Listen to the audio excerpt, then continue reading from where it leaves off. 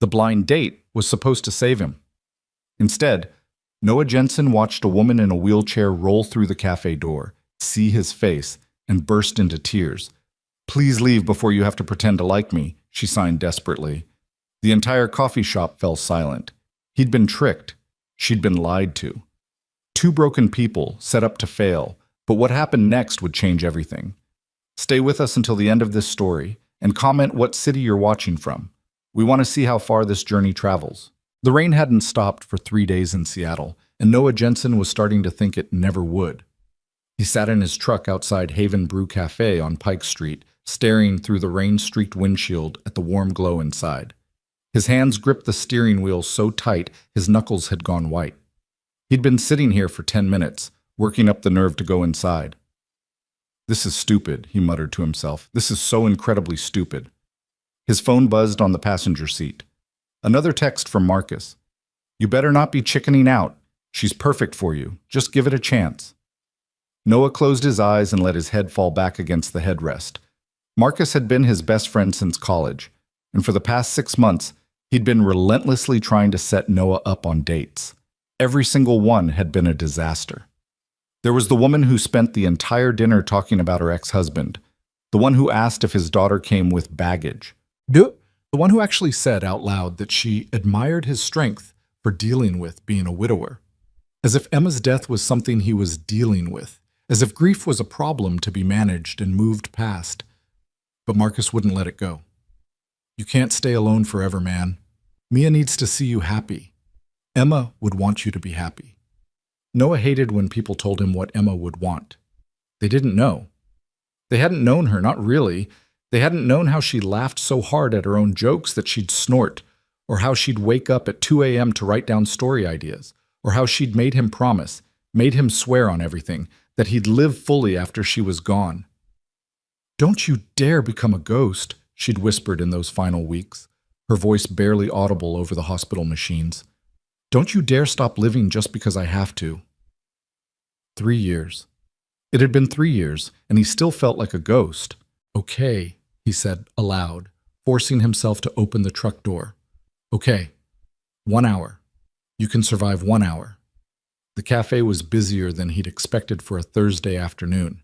The smell of coffee and cinnamon hit him as soon as he stepped inside, along with a wave of warmth that made his rain-soaked jacket feel suddenly stifling. He scanned the room, looking for someone who might be his date. Marcus had been annoyingly vague about details. "Her name's Harper. She's smart, funny, and she needs someone genuine. You'll recognize each other." How the hell was he supposed to recognize someone he'd never met? He checked his phone. 2:58 p.m. He was early. He found a table near the window with a good view of the door, ordered a black coffee from a barista with purple hair and too many piercings, and tried to look like someone who wasn't dreading every second of his existence. The coffee was too hot. He burned his tongue on the first sip and cursed under his breath. "Smooth, Noah," he muttered. "Really smooth." His phone buzzed again. Marcus, of course. "Don't forget to smile. You have a great smile. Use it." Noah didn't respond. He watched the rain sliding down the window, watched people hurrying past with umbrellas and hoods pulled up, watched the barista laugh at something her coworker said. Normal life, normal people doing normal things. He used to be normal. At exactly 3:02 p.m., the door opened and time seemed to slow down. A woman rolled through the entrance in a sleek black wheelchair, shaking rain from her dark hair. She was younger than he'd expected, maybe late 20s, with sharp cheekbones and eyes that swept the cafe with a mixture of nervousness and resignation.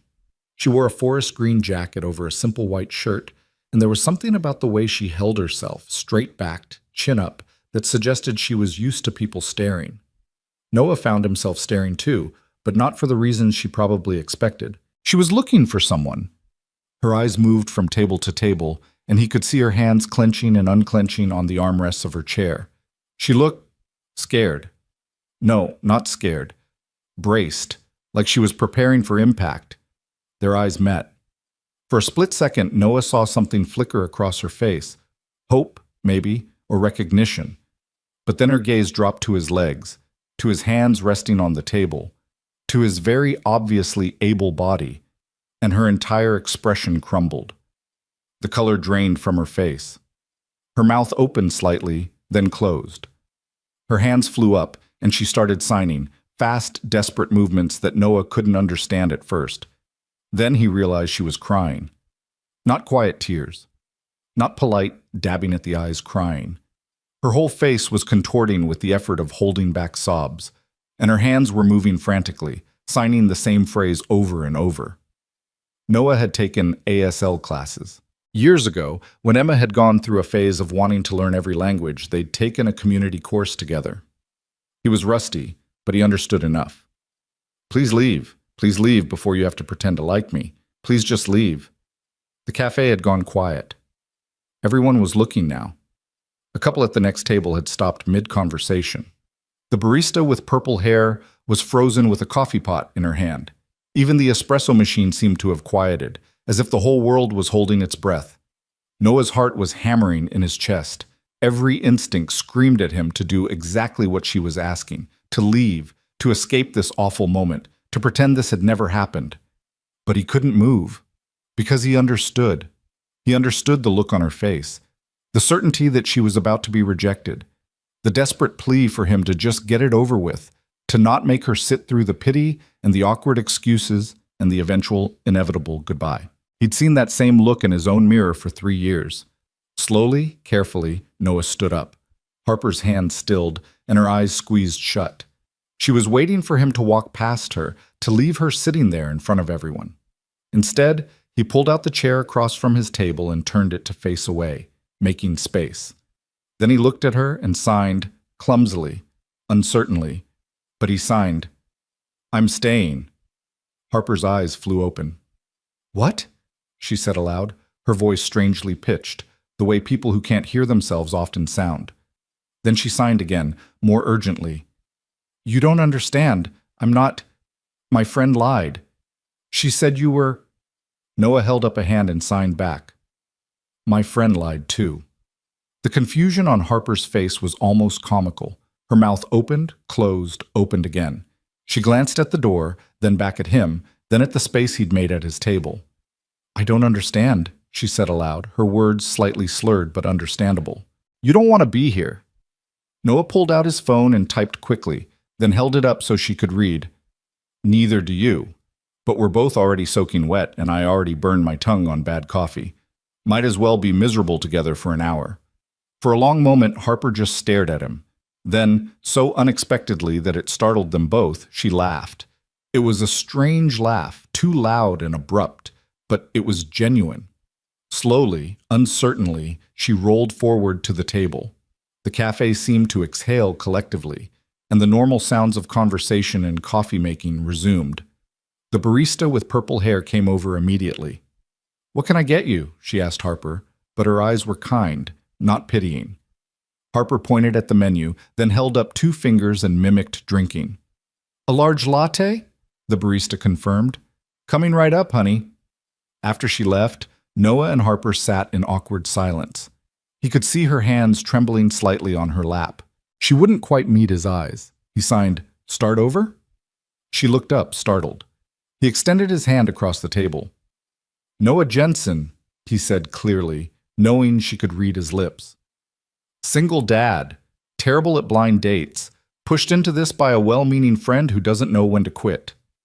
For a moment, Harper just looked at his hand. Then slowly, she reached out and shook it. Her grip was surprisingly strong. "Harper Lynn," she said aloud, watching his face carefully to make sure he understood. "Deaf. Paralyzed from the waist down. Also terrible at blind dates. Also pushed into this by a friend who apparently thought lying was a great strategy." Noah felt something ease in his chest. "What did your friend tell you?" Harper pulled out her own phone and typed. She said she met someone at her disability support group, someone who understood what it was like, someone who wouldn't see me as a charity case. She showed me a picture, but it must have been fake. I thought... She stopped typing, her jaw clenching. Noah waited.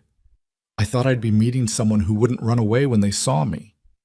The words hit him like a physical blow.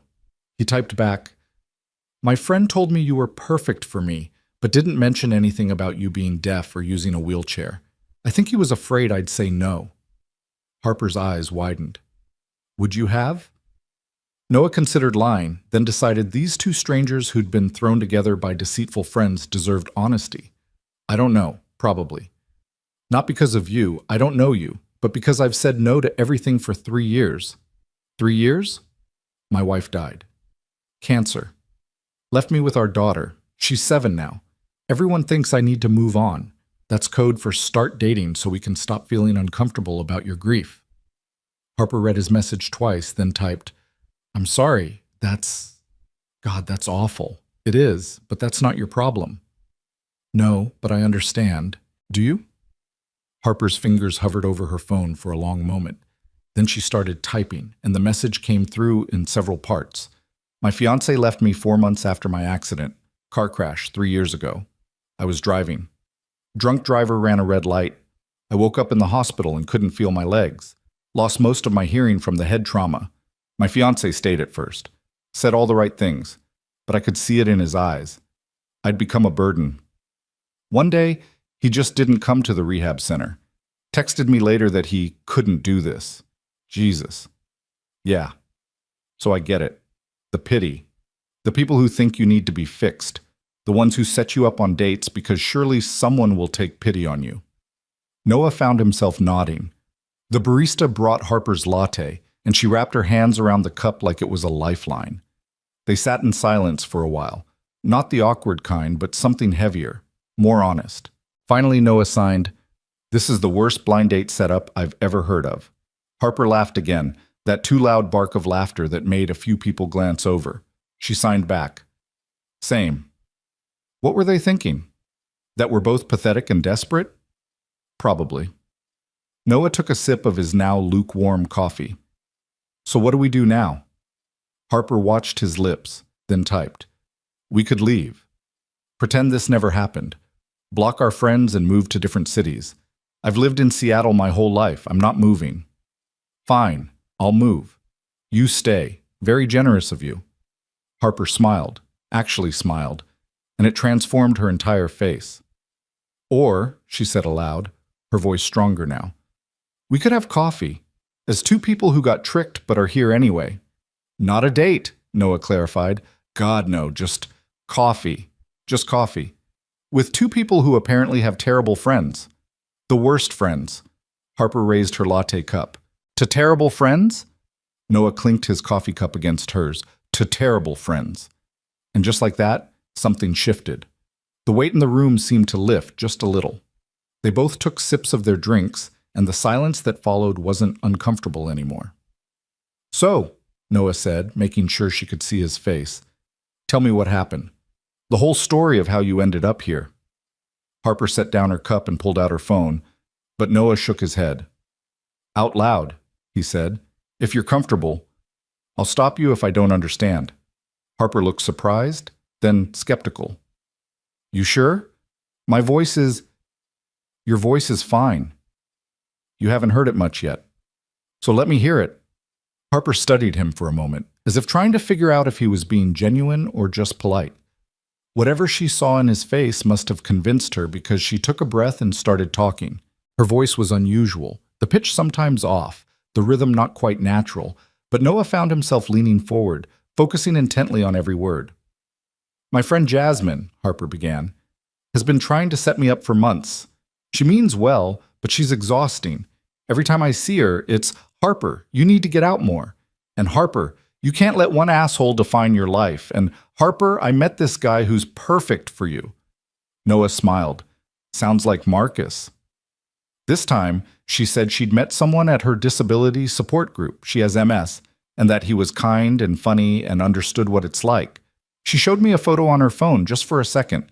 Said his name was Nathan, or Noah, or something. Dark hair, nice smile.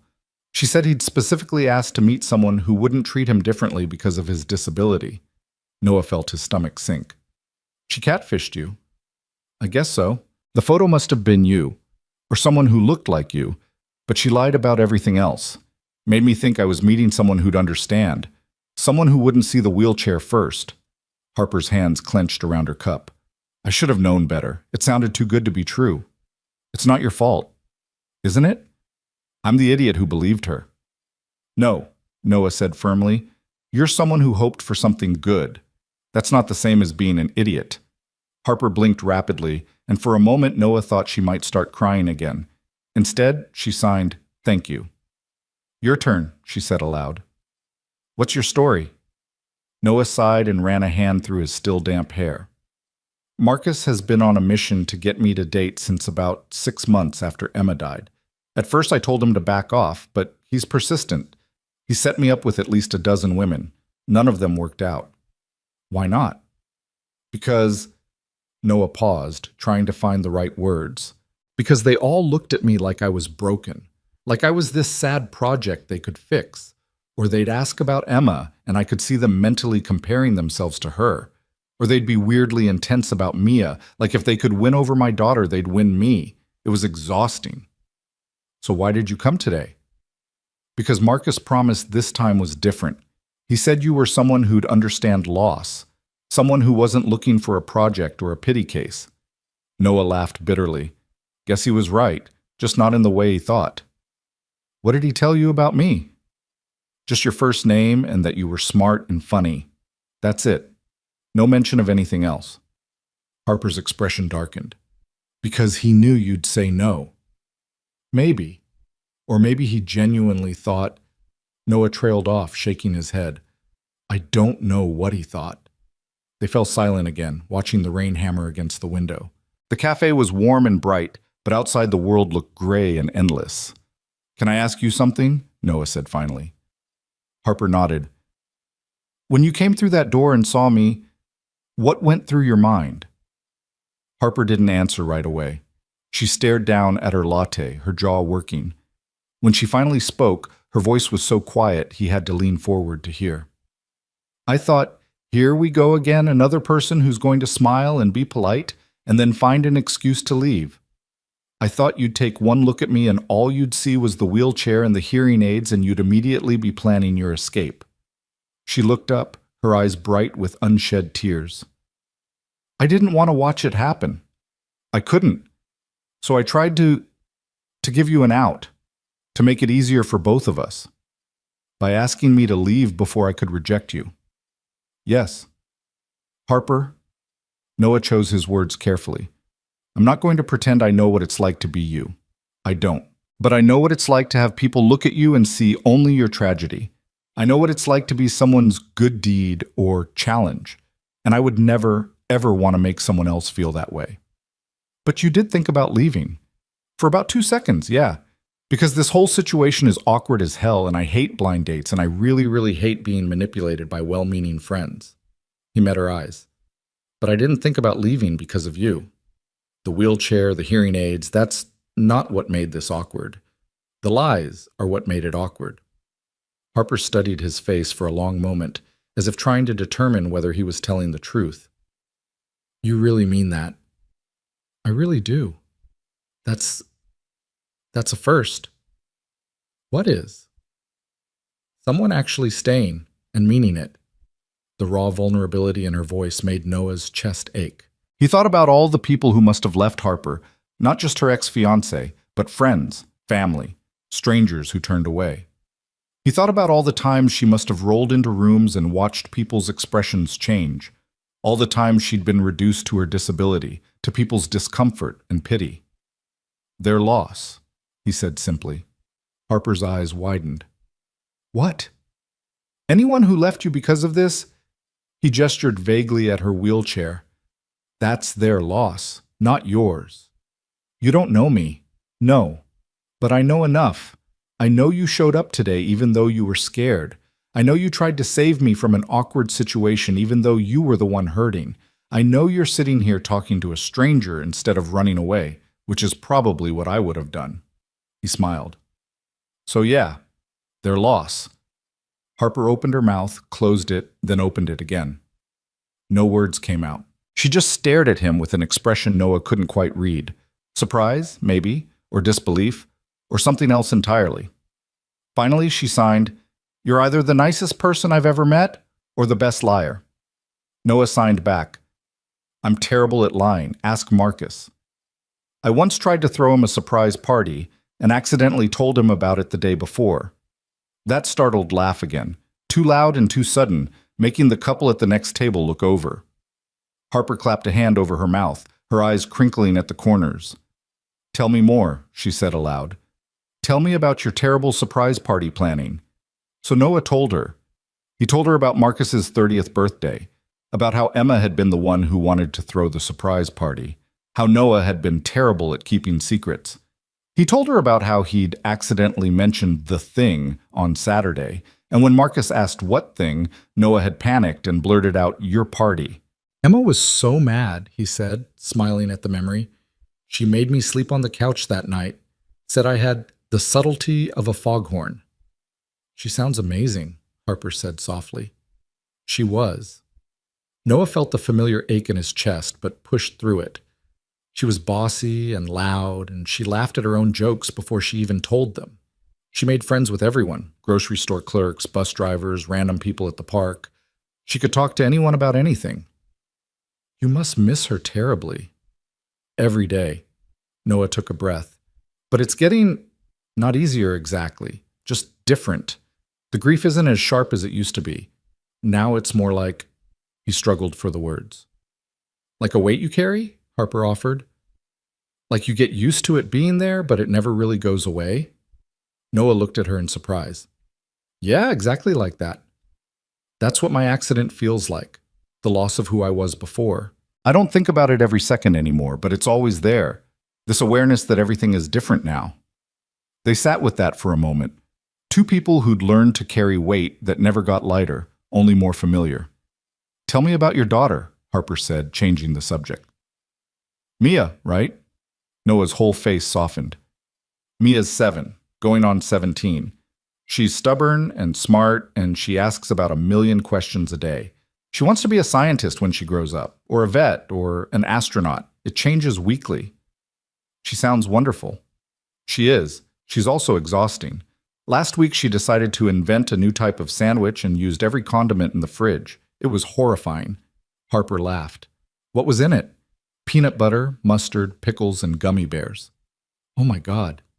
"She made me try it, said I couldn't judge without trying." Noah shuddered dramatically. "It was exactly as terrible as you'd imagine." "Did she eat it?" 3 bites. Then she declared it needs more work and moved on to trying to build a robot out of cardboard boxes. Harper's smile was genuine now, warm and open. "She sounds like she keeps you busy." "She does. Some days I feel like I'm barely keeping up, but she's—" Noah's voice caught. "She's the reason I'm still here. The reason I didn't completely fall apart after Emma died. I had to keep going for her." "That's beautiful," Harper signed, because some things felt too big for words. They talked for another hour, the conversation flowing more easily than Noah would have believed possible an hour ago. Harper told him about her work as a graphic designer, how she'd had to completely reinvent her career after the accident when she could no longer commute to an office. She told him about learning to navigate the world from a wheelchair, about the things people said without thinking, about the surprising moments of kindness from strangers. Noah told her about being a single parent, about the guilt he felt when he snapped at Mia because he was too tired, about the way she sometimes asked questions about her mom that he didn't know how to answer. He told her about his job as an architect, about the projects that excited him, about the weird clients who wanted impossible things. They talked about Seattle, how they both loved it despite the rain, or maybe because of it, about favorite restaurants and parks, and the weird little bookstore on Capitol Hill that sold used books and homemade jam. It was the barista with purple hair who finally interrupted them. "Hey guys, I hate to do this, but we're closing in 10 minutes. Noah checked his phone and was shocked to see it was nearly 6 p.m. They'd been talking for 3 hours. "Oh God," Harper said, looking equally surprised. "I didn't realize." "Me neither." They gathered their things in silence, the easy comfort of the last few hours suddenly awkward again. This was the moment where dates ended, where people said this was nice and promised to call and then never did. Noah walked Harper to the door, then stepped outside with her into the rain. His truck was parked across the street. He couldn't see where Harper had parked. "This was," Harper started, then stopped. She pulled out her phone and typed, "This was unexpected." Noah typed back, "Good unexpected or bad unexpected?" "I honestly don't know yet. Fair enough?" They stood there in the rain, neither quite willing to leave first. Finally, Harper typed, "Thank you for not leaving, for staying even when it was awkward and terrible. Thank you for letting me stay. Our friends are probably expecting us to hate each other. Oh, definitely. Marcus is going to be insufferable when I tell him what happened." Harper smiled. "Jasmine, too. She'll want all the details. What are you going to tell her?" Harper thought for a moment, then typed, "That she's a terrible matchmaker, but I'm glad she dragged me here anyway." Noah felt something warm unfold in his chest. "Can I ask you something?" "Sure. Would you want to, I don't know, maybe do this again sometime? The coffee thing. Not a date. Just two people with terrible friends who accidentally had a good conversation." Harper stared at his message for a long moment. Noah watched her face, trying to read her expression. She looked uncertain, hopeful, scared, all the things he felt too. Then she typed, "Are you sure? You don't have to. I know this whole thing was weird and our friends are manipulative and you probably want to forget this ever happened. I'm sure. No pressure though, if you'd rather not." "I would. I'd like that." Harper typed quickly, as if afraid she'd lose her nerve. "But I need you to understand something first. Okay, this," she gestured at herself, at the wheelchair, "is permanent. I'm not going to get better or walk again or suddenly hear perfectly. This is who I am now. And if we're going to be friends, even just coffee friends, you need to be okay with that. Really okay with it. Not just saying you're okay while you're secretly hoping I'll change." Noah read her message twice, understanding the weight behind every word. This was Harper protecting herself, setting boundaries, making sure he knew what he was signing up for. He knelt down in the rain so they were at eye level, ignoring the water soaking through his jeans. "I understand," he said clearly, making sure she could read his lips. "And I'm not here because I think you need to change. I'm here because in the last 3 hours, I had the first real conversation I've had with anyone in 3 years. You didn't treat me like a charity case or a sad widower who needs cheering up. You just talked to me like I was a person." Harper's eyes were bright with tears again. "That's all I want too, to be seen as a person first. Then that's what we'll be, two people who get coffee and complain about their manipulative friends." "Just friends?" "Just friends," Noah confirmed. I'm not ready for anything more than that. And I'm guessing you're not either." "No, not even close." "Good. So this is easy. No pressure, no expectations, just coffee." "Just coffee," Harper repeated, a smile tugging at her lips. Noah stood up, his knees protesting. He was going to be soaked and sore tomorrow, but he didn't care. He pulled out his phone and typed, "Can I have your number to set up the next coffee thing?" Harper typed in her number, then sent herself a text so she'd have his. Her phone buzzed in her lap, and she saved his contact. "When are you free?" she asked. "Most evenings after I pick up Mia from school. Weekends are good too." "Next Saturday? Same place?" "It's a date." "Wait, no, not a date. A coffee meeting. A friend meeting." Harper laughed. "A coffee friend meeting. Perfect." They stood there for another moment, neither quite ready to leave. The rain had soaked through Noah's jacket completely, and Harper's dark hair was plastered to her face, but neither of them moved. "I should go," Harper finally said aloud. "My van is down the block, and I'm going to be completely drenched." "You need help getting there?" "No, I've got it, but thank you."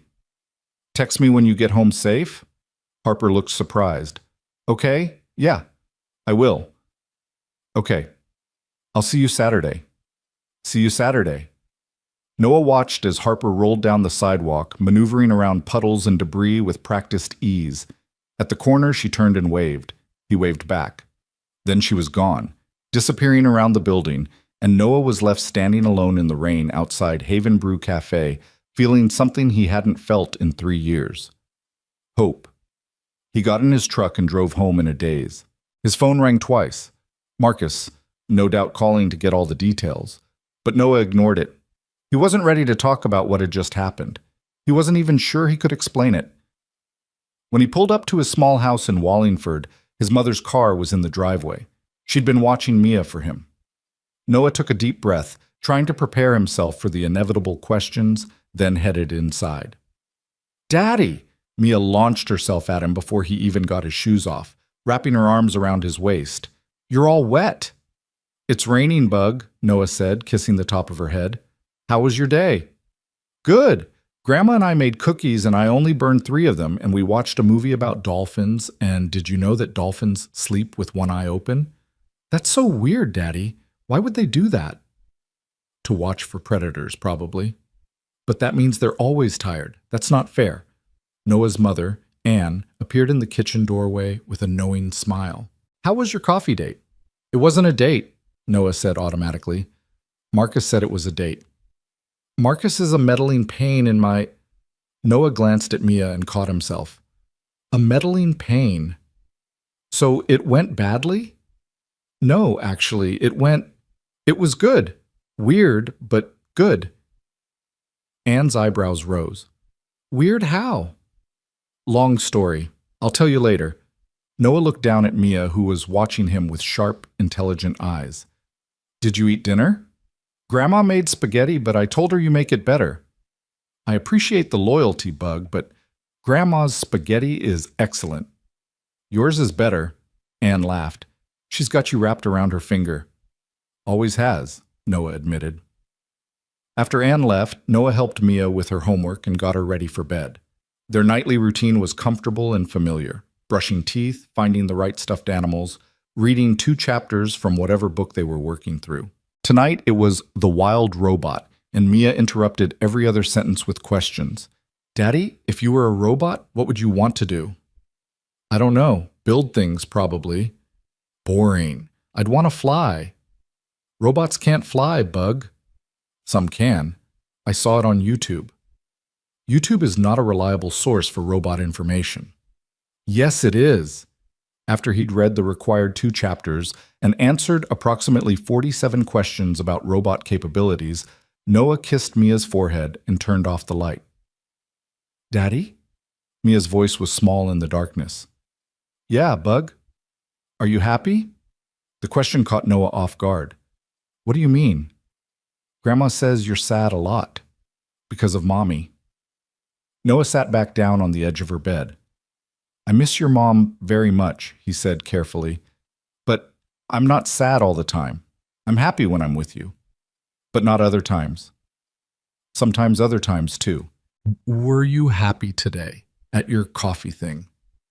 Noah thought about Harper, about their 3-hour conversation, about the way it felt to talk to someone who understood. "Yeah," he said softly. "I was happy today." "Good." Mia's voice was already drowsy. "You should be happy more." "I'll work on it, Bug. Go to sleep." "Love you, Daddy." "Love you too." Noah sat in the dark for a few minutes after Mia's breathing evened out, thinking about her question. Was he happy? He honestly didn't know. He was less sad, maybe. Less hollow. Today had felt different. Lighter somehow, despite the rain and the awkward beginning. His phone buzzed with a text. "Harper. Home safe. Thanks for today. Even though our friends are terrible people." Noah smiled and typed back, "They really are. See you Saturday?" "Saturday. Don't be late, wouldn't dream of it." He stared at the message thread for a moment, then added, "Thank you for giving me a chance, for not running away." 3 dots appeared, disappeared, appeared again. "Finally, same to you." Noah set his phone down and leaned back in Mia's desk chair, staring at the glow-in-the-dark stars on her ceiling. Emma had put those up when they'd first moved into this house, back when Mia was barely 2. They'd stood on a wobbly stepladder together, Emma laughing as Noah warned her to be careful, both of them covered in phosphorescent paint by the time they were done. "I think she'd like Harper," Noah whispered to the stars. "I think you'd tell me to stop overthinking and just be friends with her." The stars, of course, didn't answer, but somehow Noah felt a little lighter anyway. Outside, the rain finally stopped. The clouds began to part, revealing glimpses of stars. Real ones this time, not plastic. And for the first time in 3 years, Noah let himself think that maybe, just maybe, things might actually be okay. Saturday couldn't come soon enough. The week crawled by with agonizing slowness. Noah found himself checking his phone more than usual, reading and rereading the few texts he and Harper had exchanged. They were mundane messages, Harper sending him a meme about Seattle weather, Noah sharing a photo of Mia's latest invention, a hat made entirely of pipe cleaners. But each one made him smile in a way he hadn't smiled in years. Marcus, predictably, would not let it go.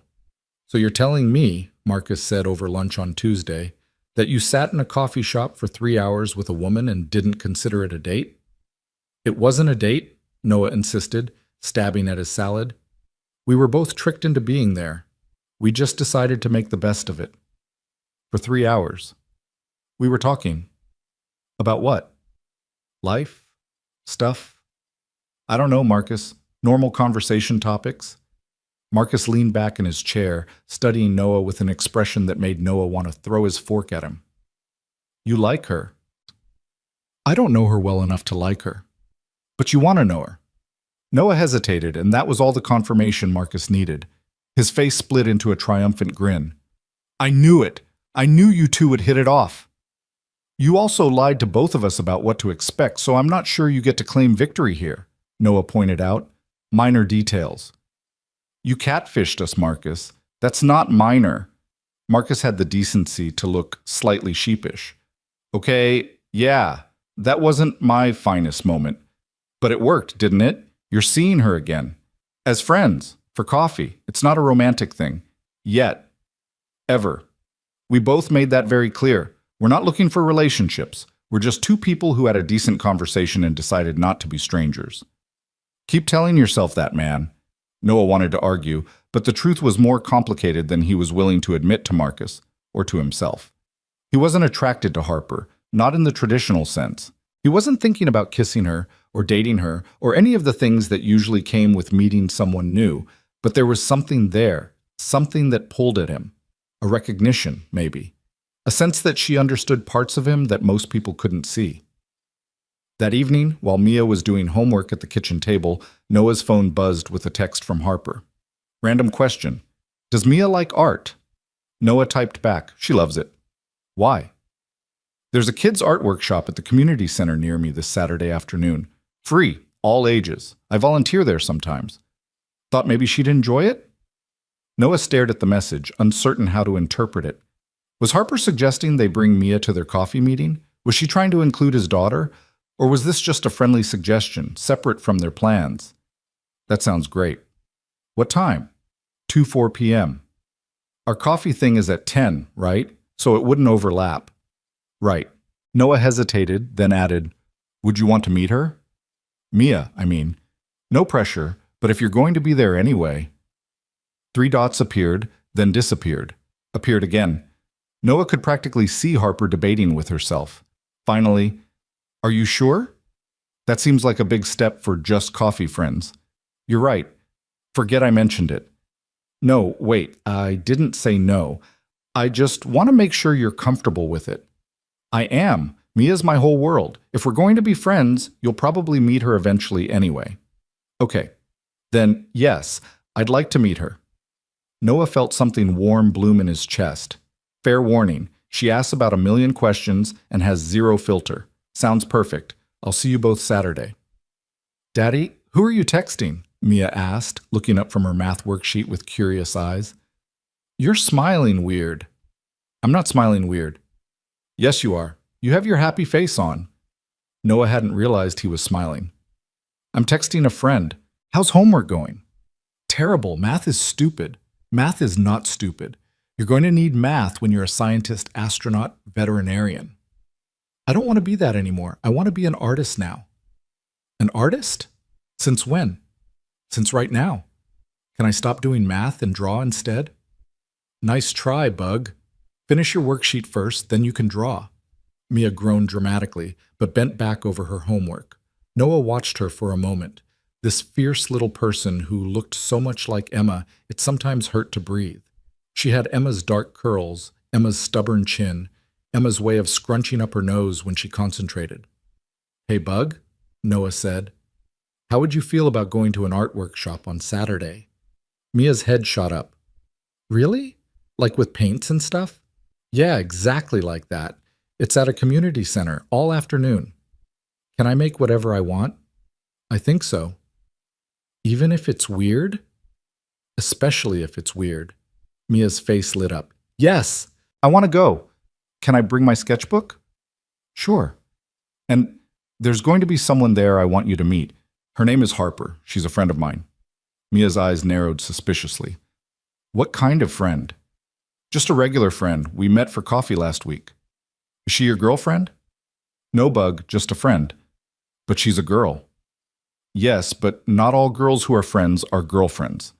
That's not how it works. Grandma says you need a girlfriend. Noah made a mental note to have a conversation with his mother about appropriate topics to discuss with 7-year-olds. Grandma says a lot of things. So Harper is nice? She seems nice, yeah. I don't know her very well yet. That's why we're spending time together, to get to know each other. Mia considered this, her face serious. Okay, I'll meet her, but if she's mean, I'm going to tell her to leave. That's fair, but I don't think she's mean. Good. Can I finish my drawing now? I did all the math. Noah checked her worksheet and was impressed to see she'd actually completed it, albeit with some creative interpretations of the word completed. Go ahead, Bug. As Mia rushed off to get her art supplies, Noah's phone buzzed again. This time it was his mother. Marcus told me your coffee date went well. Noah sighed. Of course Marcus had called his mother. It wasn't a date, Mom. And yes, it was nice. Are you seeing her again? Coffee on Saturday, as friends. That's wonderful, honey. I'm so happy for you. Don't make it into something it's not. We're just two people who get along. That's how the best relationships start. Mom. Okay, I'll stop. But Noah. What? It's okay to be happy, to let someone in. Emma would want that for you. Noah stared at the message for a long time before responding. I know. I'm working on it. That's all anyone can ask. Love you. Love you too.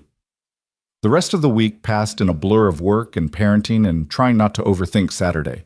Noah caught himself planning his outfit on Friday night, then felt ridiculous about it. This wasn't a date. Harper had made that clear. He'd made that clear. They were friends meeting for coffee, and then he was taking his daughter to an art workshop where Harper would happen to be volunteering.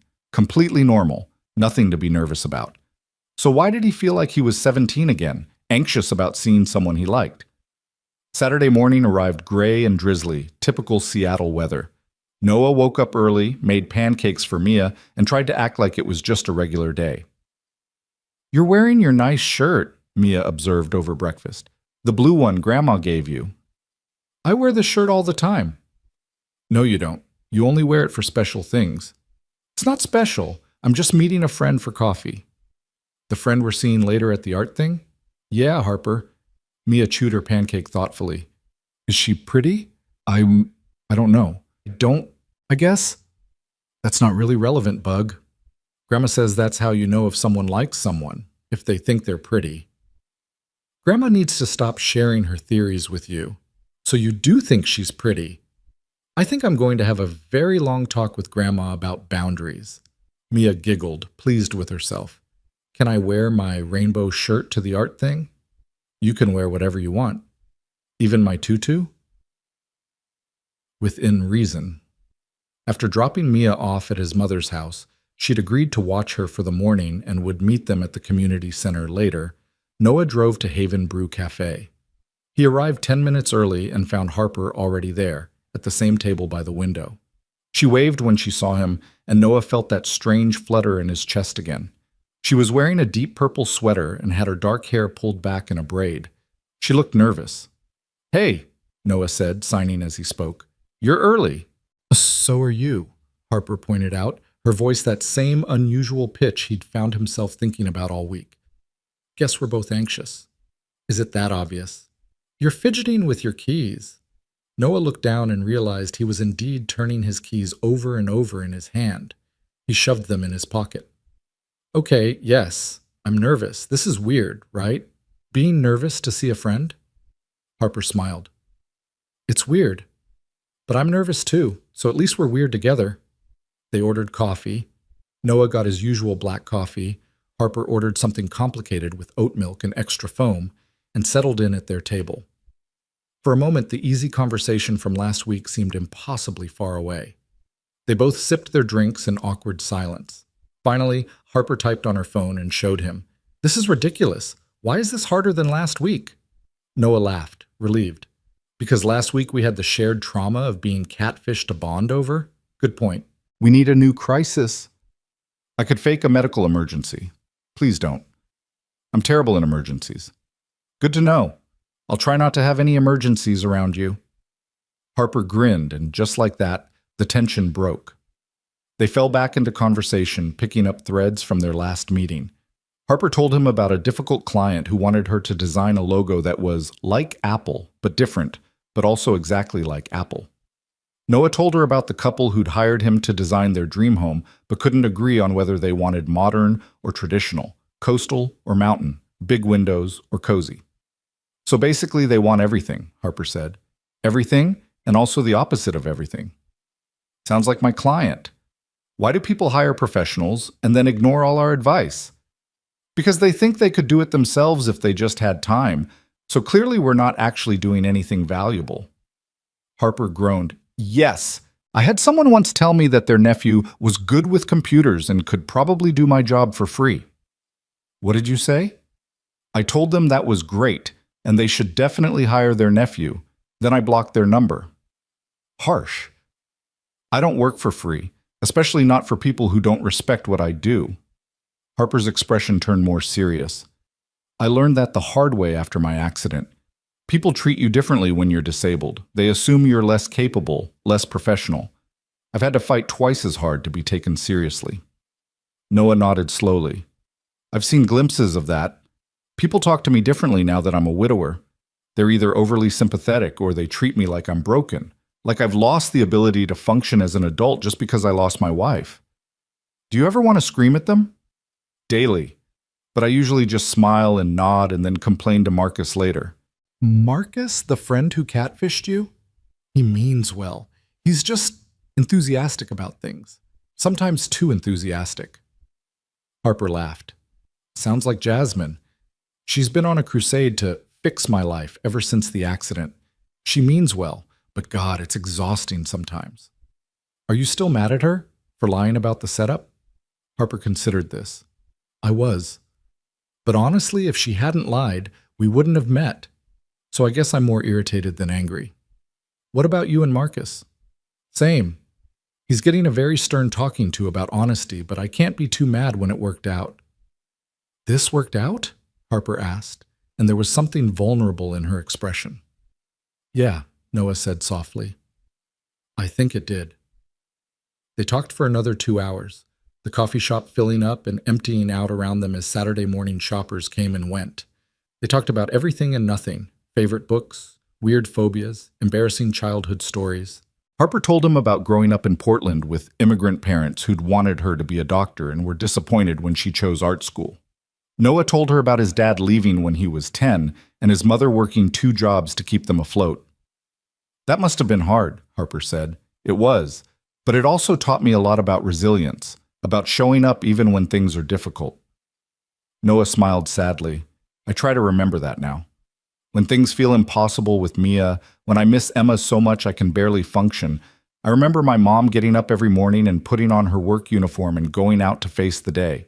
If she could do that, I can do this." "Your mom sounds amazing." "She is. She's been incredible with Mia. I honestly don't know what I'd do without her." "Is she the one watching Mia now?" "Yeah, she's going to bring her to the art workshop later." Noah hesitated. "Are you sure you're okay with meeting her? Mia can be a lot." "I'm sure. I like kids. They're honest in a way adults aren't. They just say what they're thinking. That's what I'm worried about." Harper laughed. "What, you think she's going to ask me invasive questions about my disability?" "Probably, yeah." "Good. I'd rather she ask than stare and whisper like most adults do." Noah felt something relax in his chest. "Okay. But if she says something wildly inappropriate, I'm apologizing in advance." "Deal. And if I say something that upsets her, you have permission to tell me." "Deal." They finished their coffee and sat for a while longer, watching the rain streak down the windows. The cafe was playing old jazz, something slow and melancholy that Emma would have loved. Noah felt a pang of guilt. Was he allowed to be here, enjoying himself, making a new friend? Was it betraying Emma's memory to feel something other than grief? Harper must have seen something in his face because she reached across the table and tapped his hand to get his attention. When he looked up, she signed, "You okay?" Noah signed back, "Just thinking." About? He hesitated, then decided to be honest. About whether it's okay to be happy, to enjoy this. Harper's expression softened with understanding. She pulled out her phone and typed, "Grief doesn't mean you stop living. It means you carry someone with you while you keep going. Emma is still part of your story, but that doesn't mean you can't write new chapters." Noah read her message 3 times, feeling tears prick at his eyes. "How did you get so wise?" Harper typed, 3 years of therapy after my accident. My therapist had a lot of good quotes. I should probably go to therapy? Probably. But for now, coffee with a friend isn't a bad substitute." They left the cafe around noon, both reluctant to end the conversation, but knowing they had a couple hours before the art workshop. Harper mentioned needing to pick up some supplies for the class, and Noah offered to help. "You don't have to," Harper said. "I can manage." "I know you can, but I don't have anything else to do, and honestly, I'm enjoying spending time with you. So unless you're sick of me, I'm not sick of you. Then let's get art supplies." They ended up at a craft store in Capitol Hill, a chaotic wonderland of glitter and paint and every possible art supply imaginable. Harper navigated the aisles with practiced ease, pulling items off shelves and stacking them in her lap. "How long have you been volunteering?" Noah asked as she debated between 2 different brands of tempera paint. "About a year. I needed something to do, something to make me feel useful again. After the accident, I lost so much. My job, my apartment, my independence. I was living with my parents and going to physical therapy and feeling like I'd lost myself completely." She chose the cheaper paint and put 6 bottles in her lap. "Then someone at my support group mentioned this program, and I figured why not? I've always loved art, and working with kids it's joyful. They don't care about my wheelchair or my hearing aids. They just care about whether I can help them make their projects work. That's beautiful. It's also chaotic. Last week, a kid threw glitter in the air, and we're still finding it everywhere." Noah laughed. "That sounds exactly like something Mia would do." "Then she's going to fit right in." They spent another 30 minutes gathering supplies, and Noah found himself relaxing more and more. There was something comfortable about this. Just 2 people running errands together, nothing complicated or loaded with expectation. Harper was easy to be around. She didn't demand anything from him, didn't expect him to be anything other than himself. At the register, Noah tried to pay for the supplies, but Harper blocked his card with her hand. "The program has a budget," she said firmly. "We're good. At least let me contribute something. You're helping me carry everything. That's contribution enough." They loaded the supplies into Harper's accessible van, a newer model with a lift that she operated with practiced efficiency. Noah tried not to hover or offer unnecessary help, taking his cues from Harper about what she needed and what she could handle herself. "Thank you," Harper said once everything was loaded. "For this morning, for the supplies run, for not being weird about any of this." "Why would I be weird?" "Most people are. They either hover and try to do everything for me, or they ignore me completely and pretend my disability doesn't exist. You just treat me normally." "You are normal. You know what I mean." Noah did know. He thought about all the people who treated him differently after Emma died, who'd either smothered him with sympathy or avoided him entirely, afraid his grief was contagious. "I do know. And for what it's worth, you do the same for me. You don't treat me like a sad widower or a broken single dad. You just treat me like a person. That's because you are a person, who also happens to be a widower and a single dad. But those aren't the only things you are." "Exactly."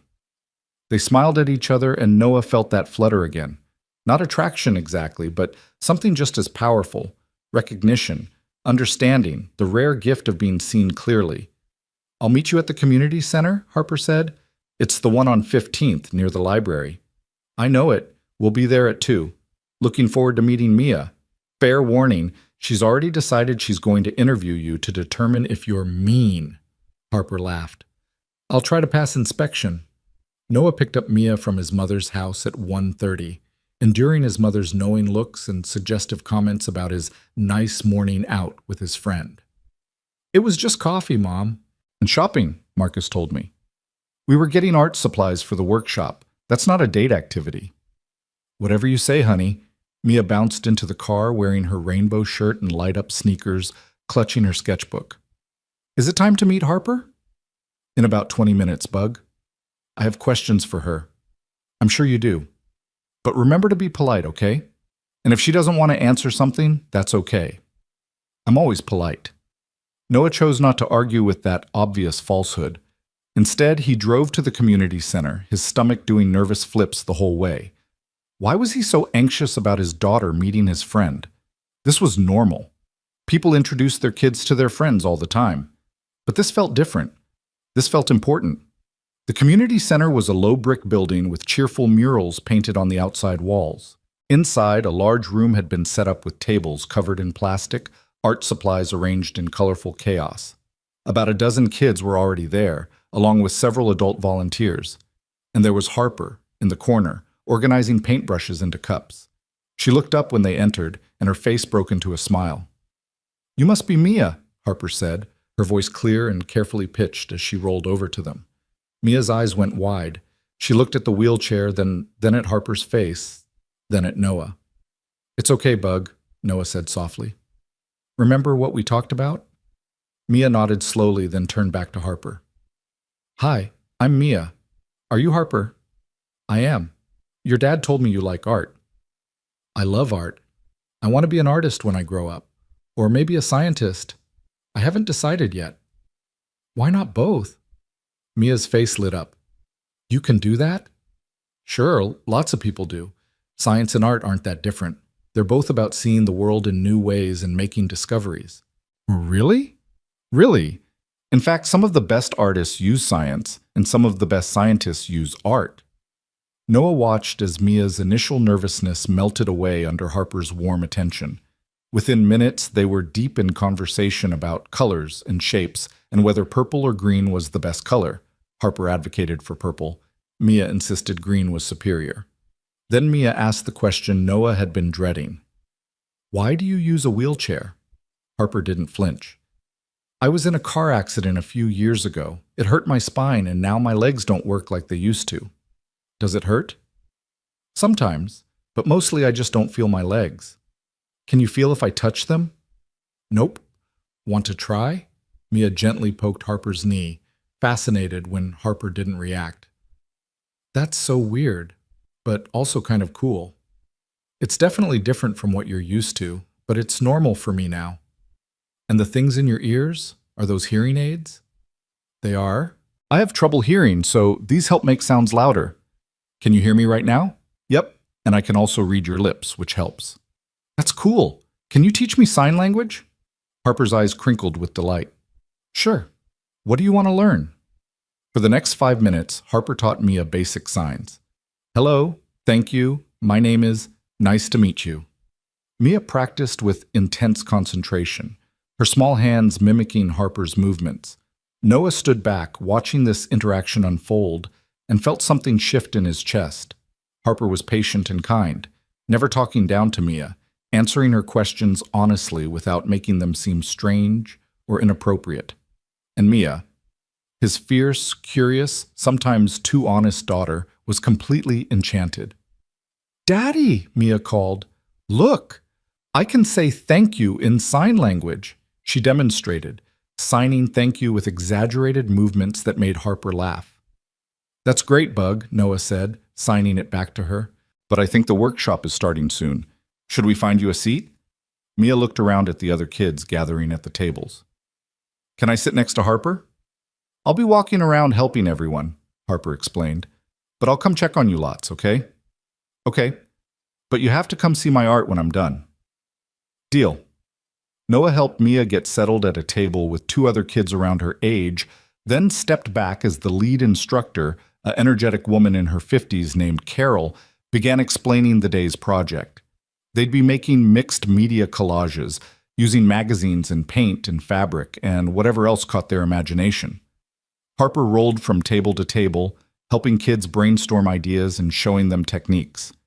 Noah watched her work, impressed by how naturally she connected with each child. She knew when to offer guidance and when to step back and let them experiment. She praised their efforts without being patronizing, and when one little boy started crying because his project wasn't working, she sat with him patiently until he calmed down and helped him see that mistakes could become part of the art. "She's good with kids," Carol said, appearing beside Noah. "Been volunteering here for a year and the kids all love her. Are you a friend of hers?" "Yeah, we just met recently." "Well, she seems happy today." "Happier than usual," Carol smiled knowingly. "Must be good to have a friend here." The 2 hours flew by. Mia created an elaborate collage featuring what appeared to be a robot astronaut riding a dinosaur through space. "It's based on science and art," she explained proudly, while the other kids made everything from abstract color explosions to careful portraits of their pets. Harper kept her promise, checking on Mia frequently and offering suggestions that Mia sometimes accepted and sometimes ignored. They seemed to have developed an easy rapport, communicating through a mixture of sign language, speech, and wild hand gestures that both of them seemed to understand perfectly. As the workshop wound down and parents arrived to pick up their children, Mia insisted on showing Harper her finished masterpiece. "This is amazing," Harper said, examining the collage seriously. "Tell me about it." "Well, this is Rita the robot astronaut," Mia explained, pointing to a figure made of magazine cutouts and silver paint. "She's exploring the dinosaur nebula, which is where dinosaurs go when they die. But they're not sad there. They get to be space dinosaurs, which is way better." "That's beautiful. And a little bit sad, but mostly beautiful." "Thanks. My mom would have liked it. She loves space stuff." Harper glanced at Noah, who nodded slightly. "Your mom sounds cool." "She was. She died when I was 4, so I don't remember everything about her. But Daddy tells me stories. That's a good way to remember someone. Through stories. Do you have anyone who died?" "Mia," Noah warned gently. "It's okay," Harper said. "And yes, actually, my grandmother died 2 years ago. I was really close to her." "Do you miss her?" "Every day. But like you said, I remember her through stories and through the things she taught me." Mia considered this solemnly. "I think you're nice. You passed my test." Harper's eyebrows rose. "There was a test?" "Yep, I had to make sure you weren't mean. Daddy needs nice friends." "Well, I'm glad I passed. You're pretty cool yourself." Mia beamed. As other kids finished up and the room began to empty, Mia asked, "Can Harper come have dinner with us?" Noah froze. "Bug, Harper probably has plans." "Actually," Harper said, "I don't, but if it's too much, I totally understand." "Please, Daddy." Mia clasped her hands together. "I want to show Harper my room and my inventions. And, Mia, you barely know Harper. She might not want to—" "I'd love to," Harper interrupted, and she sounded like she meant it. "If you're comfortable with it." Noah looked between his daughter's hopeful face and Harper's gentle smile and realized he was being outvoted. More than that, he realized he wanted Harper to come to dinner. He wanted to show her his home, his life, the world he'd built for Mia. He wanted to extend this day just a little longer. "Okay," he heard himself say, "but I'm warning you, I'm not a great cook and our house is basically an explosion of Mia's projects." "Sounds perfect," Harper said, and somehow, impossibly, it was. Noah's house was exactly as he'd described. A small craftsman bungalow in Wallingford with a front porch that desperately needed repainting and a yard full of Mia's outdoor experiments, which seemed to consist of elaborate structures made from sticks and rocks and an alarming amount of duct tape. "Sorry about the mess," Noah said as he unlocked the front door, suddenly acutely aware of the scattered toys in the entryway and the stack of unfolded laundry on the couch. "I wasn't exactly expecting company." "It's perfect," Harper said, and she meant it.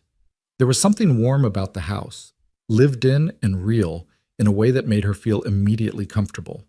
Photos lined the walls. Mia at various ages, a beautiful woman with dark curls who must have been Emma, family gatherings and birthday parties and ordinary moments captured and treasured. Mia had already kicked off her light-up sneakers and was tugging on Harper's hand. "Come see my room. I have so many things to show you." "Mia, let Harper breathe for a second," Noah said, and the house isn't exactly wheelchair accessible. There are steps, and I can manage steps if you can give me a hand, Harper said. I've gotten pretty good at adapting. Are you sure? Positive. Besides, Mia promised to show me her inventions, and I take promises very seriously. It took some maneuvering, Noah helping lift the front wheels of the wheelchair up the 2 steps into the house, Harper using her upper body strength to navigate the narrow hallway, but they made it work. Mia chattered the entire time, a running commentary on everything they passed. That's a picture of my mom. Daddy says I look like her, but I think I look like Daddy. That's our bathroom. The toilet makes weird sounds sometimes. That's Daddy's room. It's boring. And this is my room. Mia's room was an explosion of color and creativity. The walls were covered with her artwork, paintings and drawings and collages that showed genuine talent mixed with childish exuberance.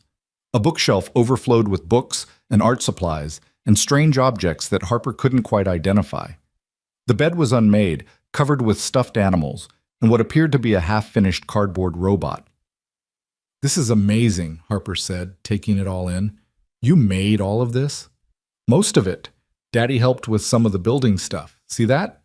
Mia pointed to an elaborate mobile hanging from the ceiling, made of painted paper and wire. That's the solar system, except I added an extra planet because I think there should be more planets. What's the extra planet called? Miatopia. It's where everyone gets free ice cream and you don't have to do math, Harper laughed. Sounds like the best planet. For the next 20 minutes, Mia gave Harper an exhaustive tour of her creations.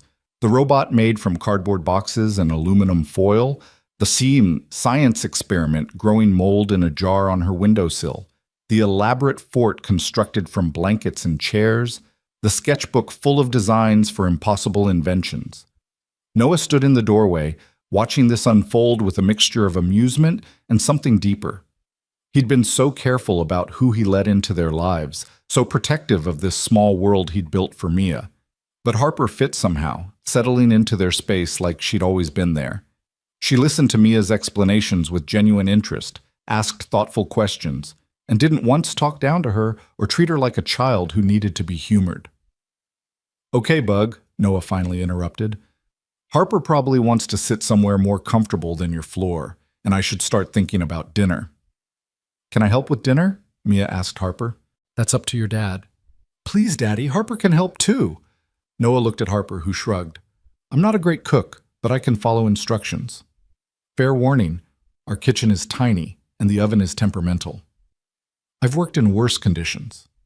They made their way back to the main living area, easier this time now that they'd figured out the logistics, and Noah opened the refrigerator to survey their options. It was embarrassingly bare, some chicken breasts that needed to be cooked soon, vegetables that had seen better days, cheese, eggs, and not much else. I usually meal prep on Sundays, but this week got away from me, Noah explained. I can do pasta with chicken and vegetables. It's basic, but edible. Sounds great. Put me to work. What followed was one of the most chaotic and joyful hours Noah had experienced in years. Mia appointed herself head chef and immediately started giving orders that made no culinary sense. Harper somehow ended up in charge of vegetables, despite admitting she barely knew how to boil water, navigating the kitchen in her wheelchair with surprising efficiency. Noah handled the chicken and pasta, trying to keep some semblance of order while his daughter and his new friend conspired to add increasingly bizarre ingredients. Mia, we are not putting gummy bears in the pasta sauce, Noah said firmly. But it would add sweetness. That's what the tomatoes are for. Harper, don't you think gummy bears would be good? Harper held up her hands in surrender. I'm staying out of this one. Your dad is the chef. Traitor, Mia muttered, but she was grinning. The kitchen was too small for 3 people, especially with a wheelchair to navigate around, but they made it work. Noah found himself constantly aware of Harper's presence, the sound of her slightly too loud voice as she talked to Mia, the way she hummed while she chopped vegetables, the careful choreography of moving around each other in the cramped space. At one point, Noah reached past Harper to grab a pan and their hands brushed. It was nothing, barely contact at all, but Noah felt a jolt of awareness that surprised him. Not attraction exactly, or not just attraction, something more complicated. The recognition that this person was becoming important to him in ways he hadn't expected. Harper must have felt something too, because she looked up at him, and their eyes held for a moment longer than necessary. "Sorry," Noah said. "Tight quarters." "It's fine. I'm used to navigating tight spaces." "Still, if I'm in your way—" "Noah." Harper's voice was gentle. "You're fine. We're fine. Stop overthinking." She was right. He was overthinking.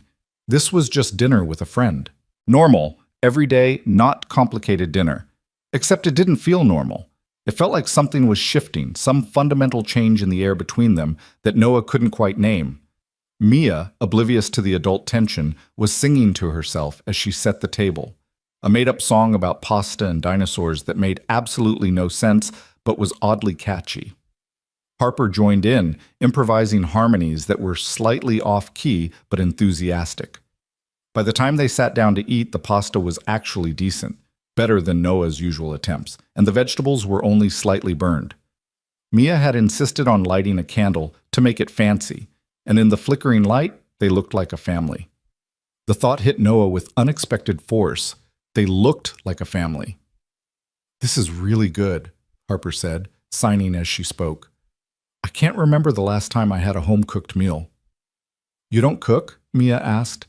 "Not really. I mostly live on takeout and cereal." "That's sad. Daddy cooks all the time. He makes the best grilled cheese." "High praise," Harper said with a smile. "It's true. Tell her, Daddy." "My grilled cheese is acceptable," Noah said. "I wouldn't say the best." "False modesty," Mia declared. "Harper, you have to come back sometime and try his grilled cheese. Then you can judge." Noah caught Harper's eye across the table, and she smiled. "I'd like that." They ate and talked, the conversation flowing easily despite Mia's tendency to interrupt with random observations and Harper's occasional need to ask people to repeat themselves. Noah found himself relaxing into the moment, letting go of his self-consciousness about the messy house and his mediocre cooking and the thousand small imperfections of his life. Harper asked Mia about school, and Mia launched into a passionate explanation of why her teacher was wrong about the order of the planets and how she was planning to write a letter to NASA to suggest improvements to the solar system. "That's very ambitious," Harper said seriously, "but maybe start with an email to a local observatory. Work your way up to NASA." "That's actually a good idea. Daddy, can we do that?" "Sure, Bug. We can draft an email this week." "Will you help me, Harper? I want it to sound professional." "I'd be honored." After dinner, Mia insisted they play a board game, something called Cosmic Quest, that had rules so complicated Noah had never fully understood them. Harper gamely tried to follow along as Mia explained the mechanics, occasionally asking clarifying questions that Mia answered with exaggerated patience. "No, Harper, you can't move your spaceship there. That's a black hole zone. You'll lose all your energy crystals." "Right, sorry. What about here?" "That's the Nebula of Doom, also bad. Is anywhere safe?" "Not really. That's what makes it fun." They played for an hour, with Mia winning by such a large margin that Noah suspected she was making up rules as she went. Harper didn't seem to mind losing, laughing at her own terrible strategy and celebrating Mia's victory with genuine enthusiasm. "You're a worthy opponent," Harper said solemnly, shaking Mia's hand. "I'll have to train harder for our rematch." "You're a good loser. Most adults are sore losers." "I've had practice. I lose at everything." "Not art. You're really good at art." "Thank you. So are you." Mia beamed and Noah felt his heart swell. This was what he'd wanted for Mia, people in her life who saw her, who appreciated her wild creativity and endless curiosity, who didn't try to make her fit into some predetermined mold of what a kid should be. By the time 8 o'clock rolled around, Mia was fighting to keep her eyes open despite her protests that she wasn't tired. "Bedtime, Bug," Noah said gently, "but Harper's still here." "Harper will come back another time. Say goodnight." Mia turned to Harper, suddenly shy. "Will you really come back?" "If your dad says it's okay, I'd love to." "Daddy?" Mia looked at Noah with pleading eyes. "Yeah, Harper's welcome anytime." Mia threw her arms around Harper in an impulsive hug that nearly knocked her backward in the wheelchair. "You're the best. Thank you for coming to my art class and playing games and everything." Harper hugged her back, her voice thick with emotion. "Thank you for inviting me into your home. I had the best time." After Mia reluctantly headed to her room, Noah and Harper sat in the living room, suddenly awkward again now that it was just the two of them. "She's incredible," Harper said. "You've done an amazing job with her. I've mostly just tried not to screw up too badly." "You're doing more than that. She's smart and kind and creative and confident. That doesn't happen by accident." Noah felt his throat tighten. "Some days I feel like I'm barely keeping it together, like I'm one disaster away from everything falling apart. That's called being a parent. From what I've seen, you're doing great. You only met her today. And in that time, I watched her be curious and respectful and excited about the world. I watched her treat me like a person, not a disability. I watched her love you so openly, it was almost hard to look at. That's not luck, Noah. That's good parenting." Noah had to look away, afraid he might actually cry. "Thank you, I needed to hear that." They sat in comfortable silence for a moment, listening to Mia moving around in her room, probably trying to squeeze in a few more minutes of reading before Noah came to turn off her light. "I should probably go," Harper said, but she made no move to leave. "Yeah, it's getting late." Noah didn't want her to go. "Today was really nice, all of it, the workshop, dinner, game night. I haven't felt this normal I can't remember how long." "Normal?" "Like I was just a person spending time with friends. Not a disability or a tragedy or a charity case, just Harper. That's all you've ever been to me." "I know. That's why today was so nice." Harper smiled, but there was something sad in it. "You know what's funny? When Jasmine first told me about this setup, I was so angry. I felt manipulated and lied to and like she was treating me like a project. But now I'm glad she did it. Even though it started with lies, it led to something real, to you and Mia and this." She gestured vaguely at the house, at the dinner remnants and the board game still set up on the coffee table. "To feeling like maybe I could have a life again. A real life, not just existing." Noah understood exactly what she meant. "I felt the same way after Emma died. Like I was just going through the motions, doing what needed to be done, but not actually living. Today was the first time in years I felt like maybe I was starting to come back to myself." "That's good. You deserve that." "So do you." They looked at each other, and something unspoken passed between them. Not romantic exactly, but intimate in a different way. The intimacy of being truly seen, of having someone understand the weight you carried without you having to explain it. "Daddy!" Mia's voice called from her room. "I'm ready for bedtime." Noah stood reluctantly. She won't go to sleep until I read to her." "Go. I can let myself out." "Are you sure? The steps—" "I've got it, Noah. Go be with your daughter." But before Noah could leave the room, Harper called his name. When he turned back, she was signing as she spoke.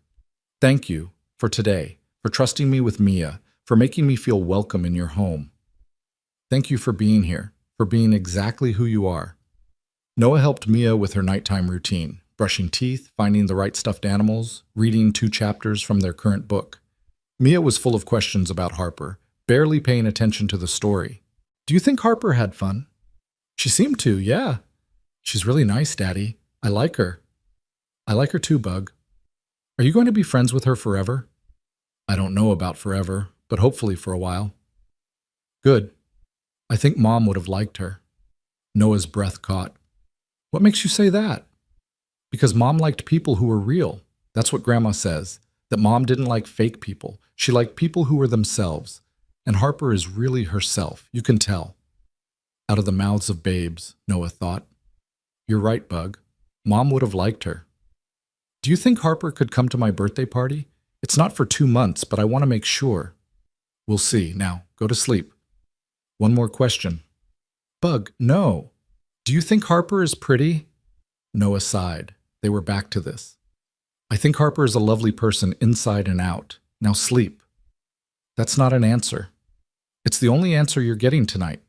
Close your eyes." Mia grumbled but complied, and within minutes her breathing had evened out into sleep. Noah sat in the dark for a while, watching his daughter sleep, thinking about Harper's question from earlier. Was he happy? Maybe not completely, not yet. The grief was still there, would probably always be there in some form. But today had felt lighter. Today had felt like possibility. When Noah came back to the living room, he was surprised to find Harper still there, looking at the photos on the wall. "Sorry," she said when she noticed him. "I got distracted. You have a beautiful family." Noah came to stand beside her, looking at a photo from Mia's 5th birthday party. Emma was in the background, laughing at something off camera, and Mia was covered head to toe in chocolate cake. "That was a good day," Noah said softly. "One of the last really good days before Emma got sick. She's beautiful, and she looks happy." She was. She loved life so fully, embraced everything with such enthusiasm. I think that's what I miss most. Not just her, but the way she saw the world. Like everything was an adventure. Mia inherited that. Yeah, she did. Noah smiled. Sometimes it's a blessing, sometimes it's exhausting. Harper laughed quietly. I can imagine. They stood there for a moment, looking at the photos, at the evidence of a life before and after loss. "Can I ask you something?" Harper said finally. "And you can tell me if it's too personal." "Go ahead." "Do you ever feel guilty? For moving forward, for having moments of happiness? Like you're betraying her memory?" Noah turned to look at Harper, surprised by the question. "Every day. Every single day. When I laugh at something Mia says, when I enjoy a meal, when I have a good conversation, there's always this voice in my head asking if I deserve to be happy when Emma can't be." "What do you do with that voice?" "I try to remember something she told me before she died. She made me promise that I wouldn't stop living just because she had to. She said she wanted me to be happy, to fall in love again someday, to give Mia a full life." Noah's voice cracked. "But knowing what she wanted and actually doing it are two different things."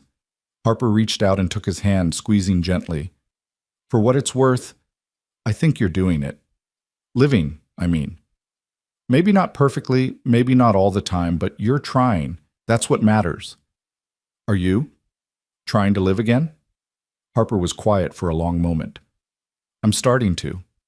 Today helped. Being here with you and Mia, feeling like a regular person doing regular things, it reminded me that life didn't end with my accident. It changed, but it didn't end." "Your ex-fiancé was an idiot." The words came out more forcefully than Noah intended, but he meant them. Harper looked up at him, startled. "He had someone incredible," Noah continued. "Someone strong and talented and kind, and he walked away because things got hard. That's not love. That's cowardice. You barely know me. I know enough. I know you show up even when you're scared. I know you're patient with curious 7-year-olds who ask invasive questions. I know you make terrible jokes and you're competitive about board games and you hum when you cook. I know that in the past week, you've made me feel more like myself than I have in 3 years." Noah paused, realizing he'd said more than he intended. "So yeah, I know enough to know he was an idiot." Harper's eyes were bright with unshed tears. "Noah, sorry, that was intense. I didn't mean to, Don't apologize." Harper's voice was fierce. "Don't you dare apologize for seeing me, for saying things like that. Do you know how long it's been since someone looked at me and saw anything other than what I lost? You haven't lost anything that matters. You're still you. Am I? Some days I don't even know who that is anymore. You're Harper. You're an artist and a volunteer and someone who gives perfect pep talks to sad architects. You're someone who my daughter decided she liked in approximately 30 seconds, which is basically her superpower. She can spot fake people a mile away. You're someone who showed up to a blind date from hell and decided to stay anyway." Noah smiled. "That's who you are." Harper wiped at her eyes, smearing the tears across her cheeks. "How are you real? How is any of this real?" I ask myself the same thing. They stood there in Noah's living room, holding hands, two broken people who'd somehow found each other in the wreckage of their separate tragedies. The house was quiet, except for the sound of Mia's white noise machine humming from her bedroom and the distant rumble of traffic outside. "I should really go this time," Harper said, but she didn't let go of Noah's hand. "Yeah, it's late." Neither of them moved. Finally, Harper laughed, that too loud, abrupt laugh that Noah was starting to love. "This is ridiculous. We're standing here like awkward teenagers." "We are, aren't we?" "What are we doing, Noah?" "I don't know. Being friends? Friends hold hands in living rooms at 9 o'clock at night? These friends do. Harper smiled, squeezing his hand once more before letting go. Okay. Friends, I can do friends. Me too. Even though this feels like more than friends? Noah's heart stuttered. Does it? You know it does. But I'm not ready for more. And I don't think you are either. I'm not, Noah admitted. But someday, Harper agreed, but not today. Not today. This time when Harper moved toward the door, Noah didn't try to stop her. He helped her navigate the steps, handed her the jacket she'd left on the couch, walked her to her van in the driveway. Text me when you get home? Noah asked. You asked me that last time too. It's a habit. Sue me for worrying about my friends. I'll text you. Harper opened her van door, then paused. Noah? Yeah? I meant what I said earlier. Today was one of the best days I've had in years. Thank you for that. Same. All of it. Same. Next Saturday? Same coffee shop? I'll be there. Bring Mia. I want to hear more about her letter to NASA. Noah laughed. You're setting yourself up for at least an hour of space facts. I can handle it. Harper pulled out of the driveway with a wave, and Noah stood watching until her taillights disappeared around the corner. Then he went back inside to his quiet house, his sleeping daughter, his life that suddenly felt full of possibility again. His phone buzzed with a text from Harper 20 minutes later. Home safe. Thanks again for everything. Sweet dreams. Noah typed back. Sweet dreams to you too. See you Saturday. He plugged in his phone and lay in bed, staring at the ceiling, his mind replaying the day. Harper's laugh, Mia's excitement, the feeling of Harper's hand in his, the way his house had felt less empty with her in it. He thought about Emma, about the promise he'd made to her, to live fully, to be happy, to not become a ghost. I'm trying, he whispered to the darkness. I'm really trying. And for the first time in 3 years, he believed he might actually succeed. That night, Noah dreamed of stars and art classes, and a woman with dark hair who laughed too loud and made his daughter smile.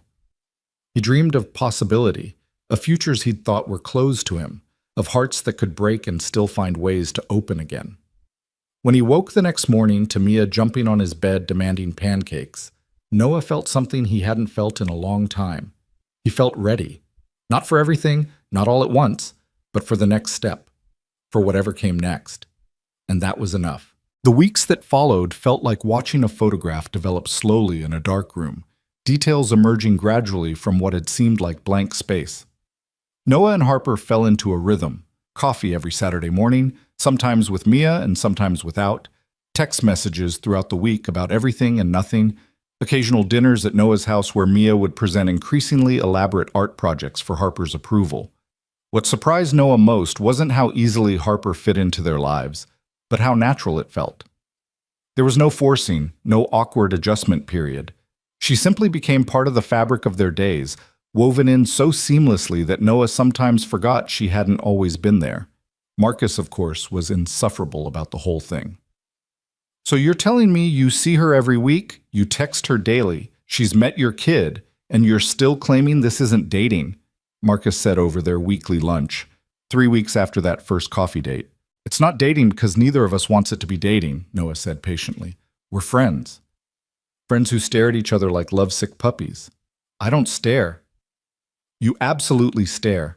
I saw you two at the coffee shop last weekend. You looked at her like she hung the moon. I was listening. She's hard of hearing. I have to face her when we talk. Keep telling yourself that, buddy. But Marcus's teasing aside, there was truth in what he said that Noah was trying very hard not to acknowledge. Because the more time he spent with Harper, the harder it became to maintain the fiction that this was just friendship. It was the little things that got to him. The way Harper always remembered to bring an extra coffee for him when they met, exactly how he liked it. The way she'd started learning more sign language so she could communicate with Mia better. The way she laughed at his terrible jokes, the sound too loud and uninhibited, not caring who looked.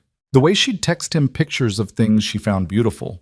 A flower growing through a crack in the sidewalk, an interesting cloud formation, graffiti that said something profound. And it was the big things, too. The way she talked about her dreams with such fierce determination, refusing to let her disability define her limitations. The way she was patient with Mia's endless questions about wheelchairs and hearing aids, turning each one into a teaching moment. The way she understood grief in a way most people couldn't, having carried her own losses close to her heart. Noah found himself thinking about her at odd moments, while designing a building, while making dinner, while lying in bed at night. He'd catch himself smiling at a memory of something she'd said, or drafting texts he was too nervous to send, or wondering what she was doing right at that moment. This was dangerous territory, and Noah knew it. He'd promised himself he wasn't ready for this. He'd promised Harper the same thing, but his heart apparently hadn't gotten the memo.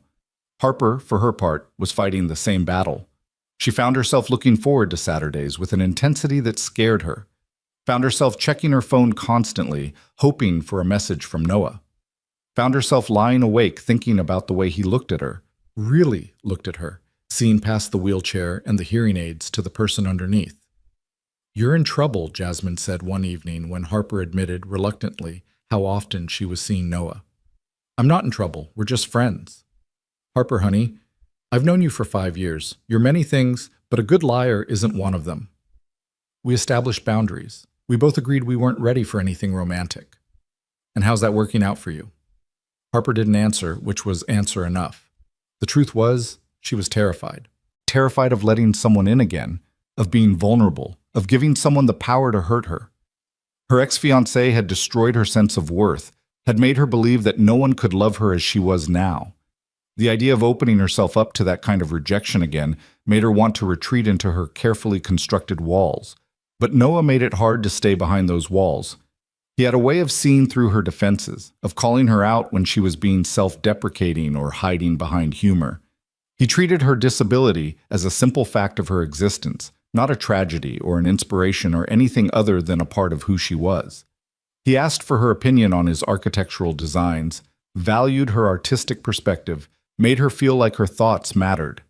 And Mia, God, Mia had completely stolen her heart. The little girl had started calling Harper every few days, FaceTime sessions where she'd show off her latest creations or quiz Harper about colors and techniques. Harper found herself looking forward to those calls almost as much as seeing Noah, touched by Mia's easy acceptance and genuine affection. "Harper, are you coming to my school art show?" Mia asked during one such call, about a month after they'd first met. "It's next Friday, and I have 3 pieces in it, and Daddy says I can invite whoever I want." Harper felt her heart squeeze. "You want me there?" "Duh! You're my art friend. You have to come." "Then I'll be there. Text me the details." "Daddy will text you." "I'm not allowed to text yet. He says I'm too young, but that's not fair because all my friends have phones." "You're 7. Exactly. I'm very mature for my age." Harper laughed. "I'll take your word for it." After Mia hung up, Noah texted almost immediately. "Sorry about that. She's been planning this invitation for days. Don't apologize. I'm honored." "When is it?"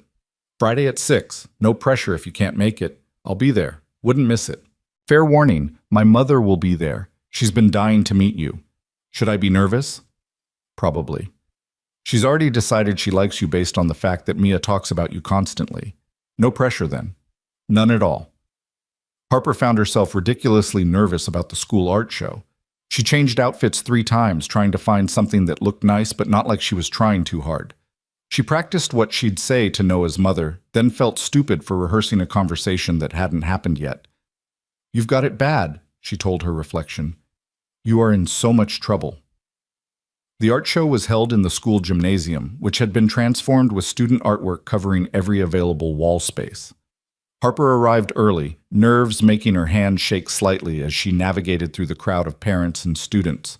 She spotted Noah immediately. He was standing near the back, talking to an older woman who could only be his mother. He saw Harper at the same moment, and his whole face lit up in a way that made her stomach flip. "Harper!" Mia's voice cut through the crowd, and suddenly the little girl was racing toward her, ponytail flying. "You came! Come see my stuff! It's in the back corner with all the other second-grade art." "Mia, let Harper breathe," Noah said, appearing beside his daughter with his mother in tow. "Harper, this is my mom, Anne. Mom, this is Harper." Ann Jensen was a petite woman with silver hair and Noah's same warm eyes. She looked at Harper with open curiosity and something that looked like approval. "It's so lovely to meet you," Ann said clearly, making sure Harper could read her lips. "Mia talks about you constantly. According to her, you're the greatest artist in the world." "Mia might be slightly biased," Harper said, her voice coming out more nervous than she intended. "But it's wonderful to meet you too." Come on, come on," Mia tugged on Harper's hand. "My art is this way."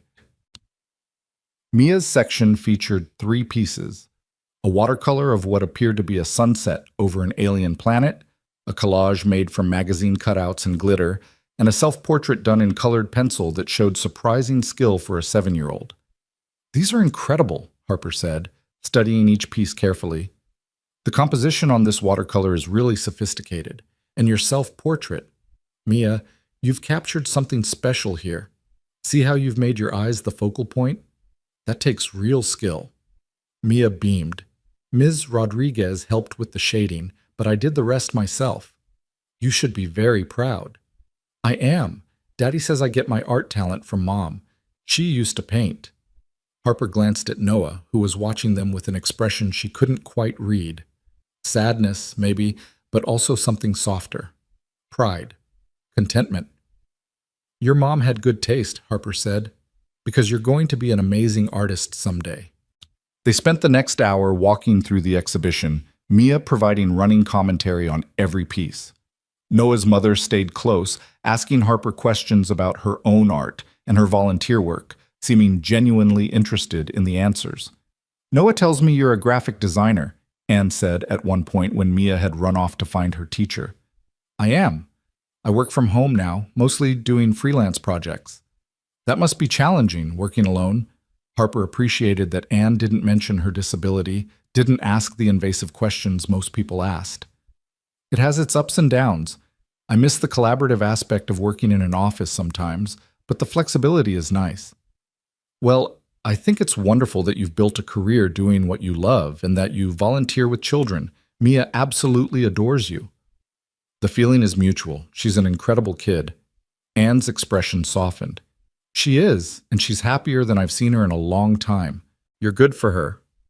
A pause, then, "You're good for Noah, too." Harper felt her cheeks heat. "We're just friends." "Of course you are," Ann said, but her tone suggested she didn't believe that for a second. "Just friends who make my son smile again, who make him laugh, who've reminded him that life can be full of joy even after tragedy." "Mrs. Jensen." "Ann, please. And I'm not trying to make you uncomfortable, dear. I just want you to know that whatever this is between you and Noah, I'm grateful for it. He's been lost for so long. But since meeting you, he's finding his way back." Harper didn't know what to say to that. She was saved from responding by Mia's return, dragging her teacher over to introduce her to the best artist in Seattle.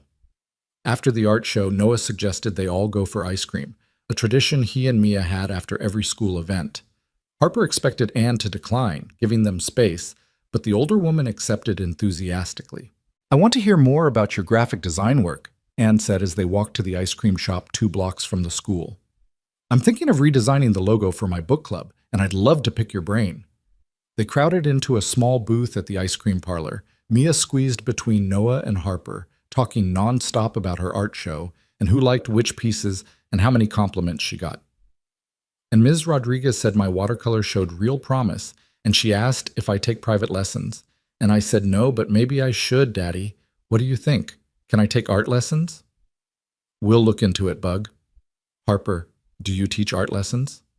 "Not formally, but I could show you some techniques if you want."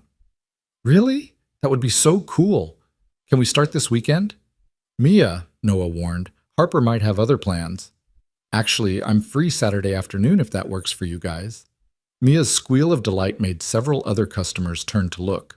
Harper just laughed, signing, "You're welcome," when Mia thanked her enthusiastically.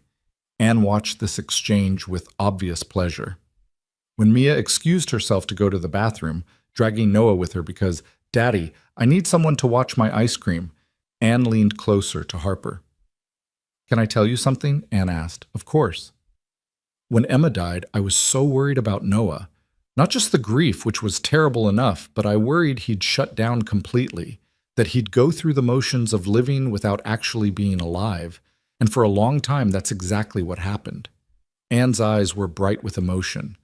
But these past few weeks, he's been different, present, engaged. He laughs at Mia's jokes instead of just smiling politely. He talks about his work with actual enthusiasm. He's coming back to us. I think that's just time, Harper said softly. Grief takes as long as it takes. Time helps, yes, but so do people. So does connection. So does having someone who reminds you that life can be beautiful again. Anne reached across the table and squeezed Harper's hand. Thank you for being that person for him. Harper felt tears prick her eyes. He's been that person for me too. After my accident, I thought my life was over, but Noah and Mia, they've reminded me that it's not, that there's still so much worth living for. Then you're good for each other. That's all that matters.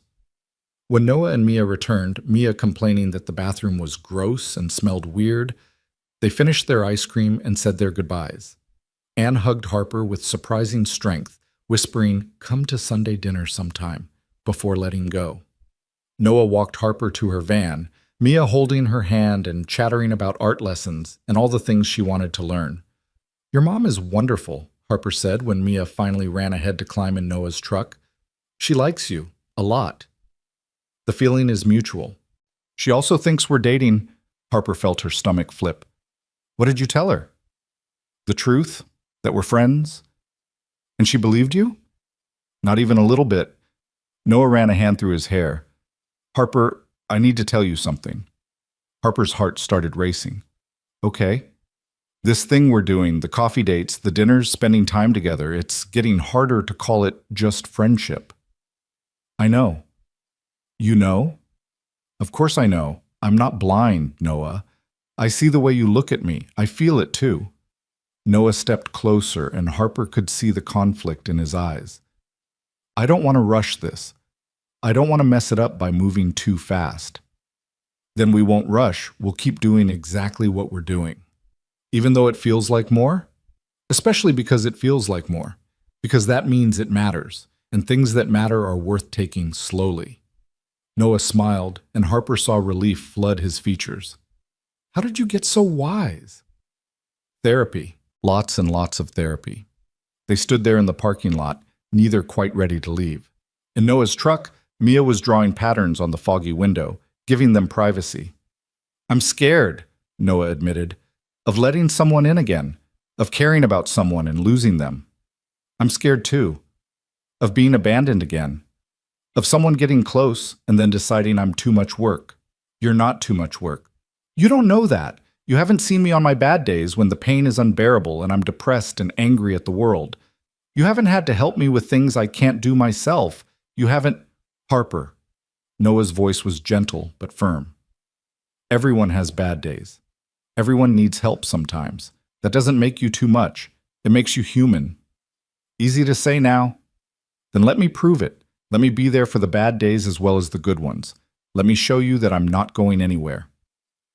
Harper wanted to believe him. God, she wanted to believe him so badly. But fear is a powerful thing, and hers had been well earned. "What if we mess this up?" she asked. "What if we try for something more and it ruins everything? I can't lose you and Mia. I can't." "We're not going anywhere either. Even if, and I'm not saying this will happen, but even if we tried dating and it didn't work out, you're still Mia's art friend. You're still part of our lives. That doesn't change." "You can't promise that." "I can promise I'll try. That's all anyone can do." Harper closed her eyes, fighting the urge to either run away or pull Noah closer. "I need time to think about this, to figure out if I'm ready."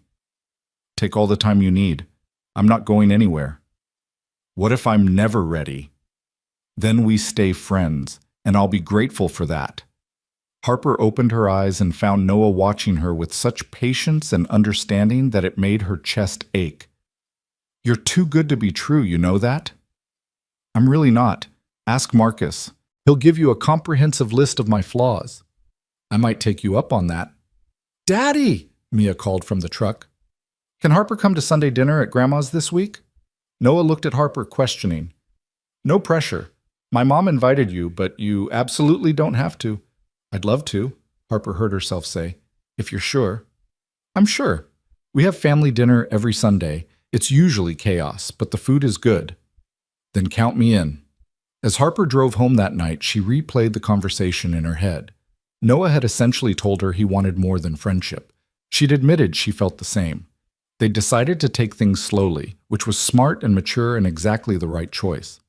So why did it feel like she was standing on the edge of a cliff, trying to decide whether to jump? Her phone buzzed with a text from Noah. Thank you for coming tonight. Mia hasn't stopped talking about you since you left. It was my pleasure. She's amazing. So are you. Harper stared at those 3 words for a long time. 3 simple words that made her feel seen and valued and terrified all at once. Good night, Noah. Good night, Harper. Sweet dreams. That Sunday, Harper found herself even more nervous than she'd been at the art show. Meeting Noah's mother at a public event was one thing. Going to family dinner at her house was something else entirely. It felt significant, like a step towards something Harper wasn't sure she was ready for. She brought flowers, lilies and roses arranged in a simple bouquet, and immediately worried they were too much or not enough or the wrong kind entirely.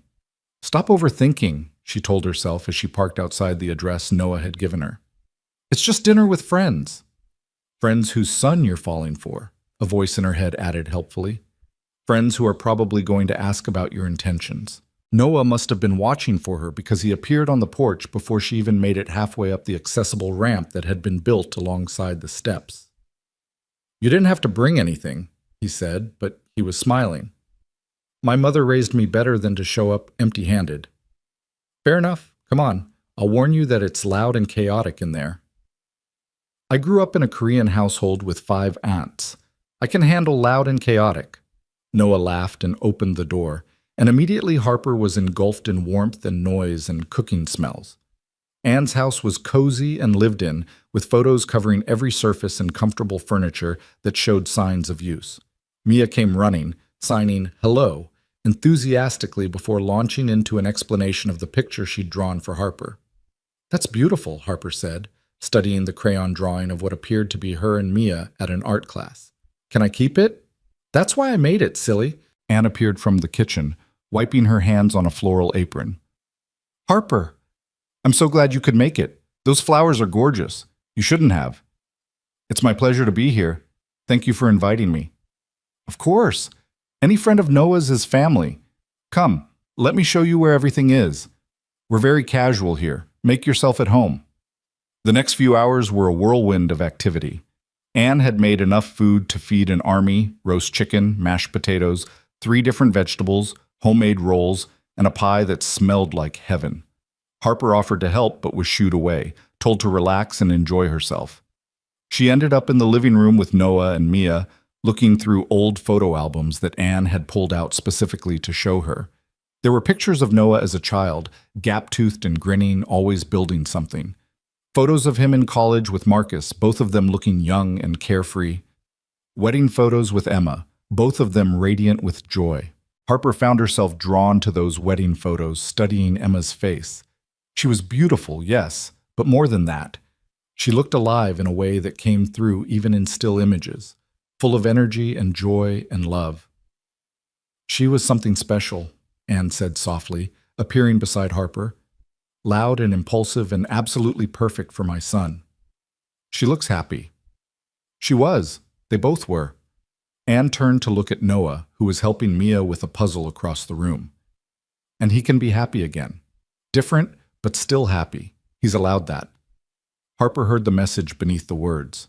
You're allowed to make him happy. You're allowed to be happy with him. Dinner was exactly as chaotic as promised. Mia talked nonstop. Anne told embarrassing stories about Noah's childhood. Noah groaned and tried unsuccessfully to steer the conversation elsewhere. Harper laughed until her sides hurt, until her voice was hoarse, until she forgot to be nervous or self-conscious. This was what family felt like, she realized. Not perfect or formal, but warm and messy and real. After dinner, while Anne and Noah did the dishes and Mia was distracted by a cartoon, Harper found herself alone in the living room, looking at more photos. There was one of Noah holding newborn Mia, his face full of wonder and terror. One of Emma and Mia covered in paint, both laughing. One of the three of them at Christmas, a perfect family. She'd want this for him, you know. Harper turned to find Anne standing in the doorway, dish towel in hand. I'm sorry? Emma. She'd want Noah to find love again, to be happy. She made him promise, actually. On her deathbed, she made him swear he wouldn't shut himself off from the world. Mrs. Jensen, Anne, and I'm not trying to pressure you, dear. I just want you to know that whatever guilt you might be feeling about Noah, about taking Emma's place, you're not. No one could replace her. But that doesn't mean there isn't room in Noah's heart for someone new. Harper felt tears sting her eyes. I don't know if I'm ready, if either of us is ready. Love doesn't wait until you're ready. It shows up when it shows up, messy and inconvenient and terrifying. The question isn't whether you're ready, it's whether you're brave enough to try anyway. What if I hurt him? What if I'm not enough? Anne stepped closer, her expression fierce. Harper Lynn, from what I've seen, you are more than enough. You're kind and talented and strong. You make my son smile. You make my granddaughter laugh. You're exactly what this family needs. I'm broken. So is he. So are we all in our own ways. But broken things can still be beautiful, still be whole in the ways that matter. Harper couldn't speak past the lump in her throat. Anne pulled her into a hug, and Harper let herself be held, let herself accept the comfort being offered. Take your time, Anne whispered. But don't let fear make you miss out on something wonderful. Life is too short for that. When Noah drove Harper home that night, Mia had fallen asleep at Anne's house and would stay the night there. The car was quiet. Comfortable silence stretched between them, full of things unsaid. My mom cornered you, Noah said finally. How did you know? Because she cornered me too. Gave me a whole speech about being brave and taking chances and not letting the past control my future. What did you say? That I was trying, that I wanted to be brave, that I was terrified of messing this up. Noah glanced at her. What did you say? That I was broken, that I might not be enough. And what did she say? That broken things can still be beautiful. Noah pulled up outside Harper's apartment building and put the car in park. They sat there in the darkness, the engine ticking as it cooled. Harper, I need you to hear something. Okay. You are not broken. You're not too much or not enough. You're exactly who you're supposed to be, and I don't know what this is between us or where it's going, but I know I want to find out. At whatever pace feels right, with no pressure and no expectations, just honestly trying to figure it out together. Harper turned to look at him, this kind man who'd stumbled into her life by accident and somehow become essential. I want that too. But Noah, I'm so scared. Me too, so let's be scared together. Is that allowed? I think so. I think being scared together is better than being scared alone. Harper reached across the console and took his hand. He squeezed back and they sat there, connected. Two people standing on the edge of something new and terrifying and possibly wonderful. One step at a time, Harper asked. One step at a time, Noah agreed. Starting with art lessons on Saturday and coffee next week. And Sunday dinners when you can make it. Sounds perfect. Neither of them moved to leave. The moment felt too fragile, too precious to break. Finally, Harper squeezed his hand once more and let go. I should go in. It's late. Text me when you're inside? Always. Harper made her way into her building, turning at the door to wave at Noah. He waved back, waiting until she was safely inside before driving away. Upstairs in her apartment, Harper leaned against the door and let out a shaky breath. She was doing this. They were doing this.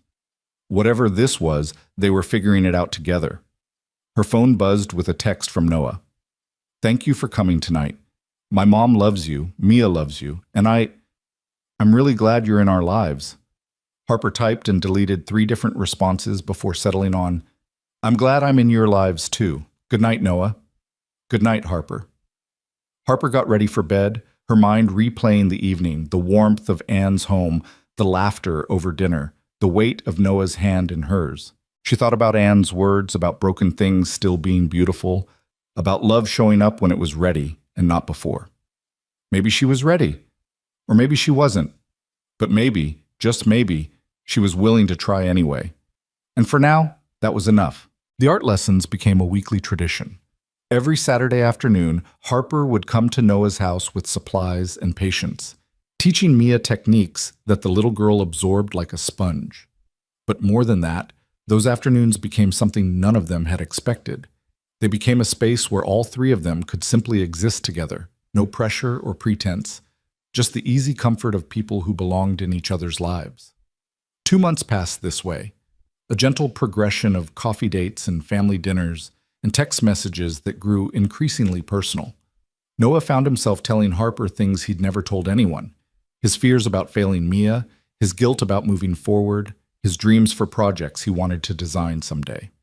Harper shared her own vulnerabilities, the nightmares about the accident that still woke her up sometimes, the frustration of dealing with a world not built for her, the loneliness that had defined her life before Noah and Mia. They were falling in love, though neither of them had said the words.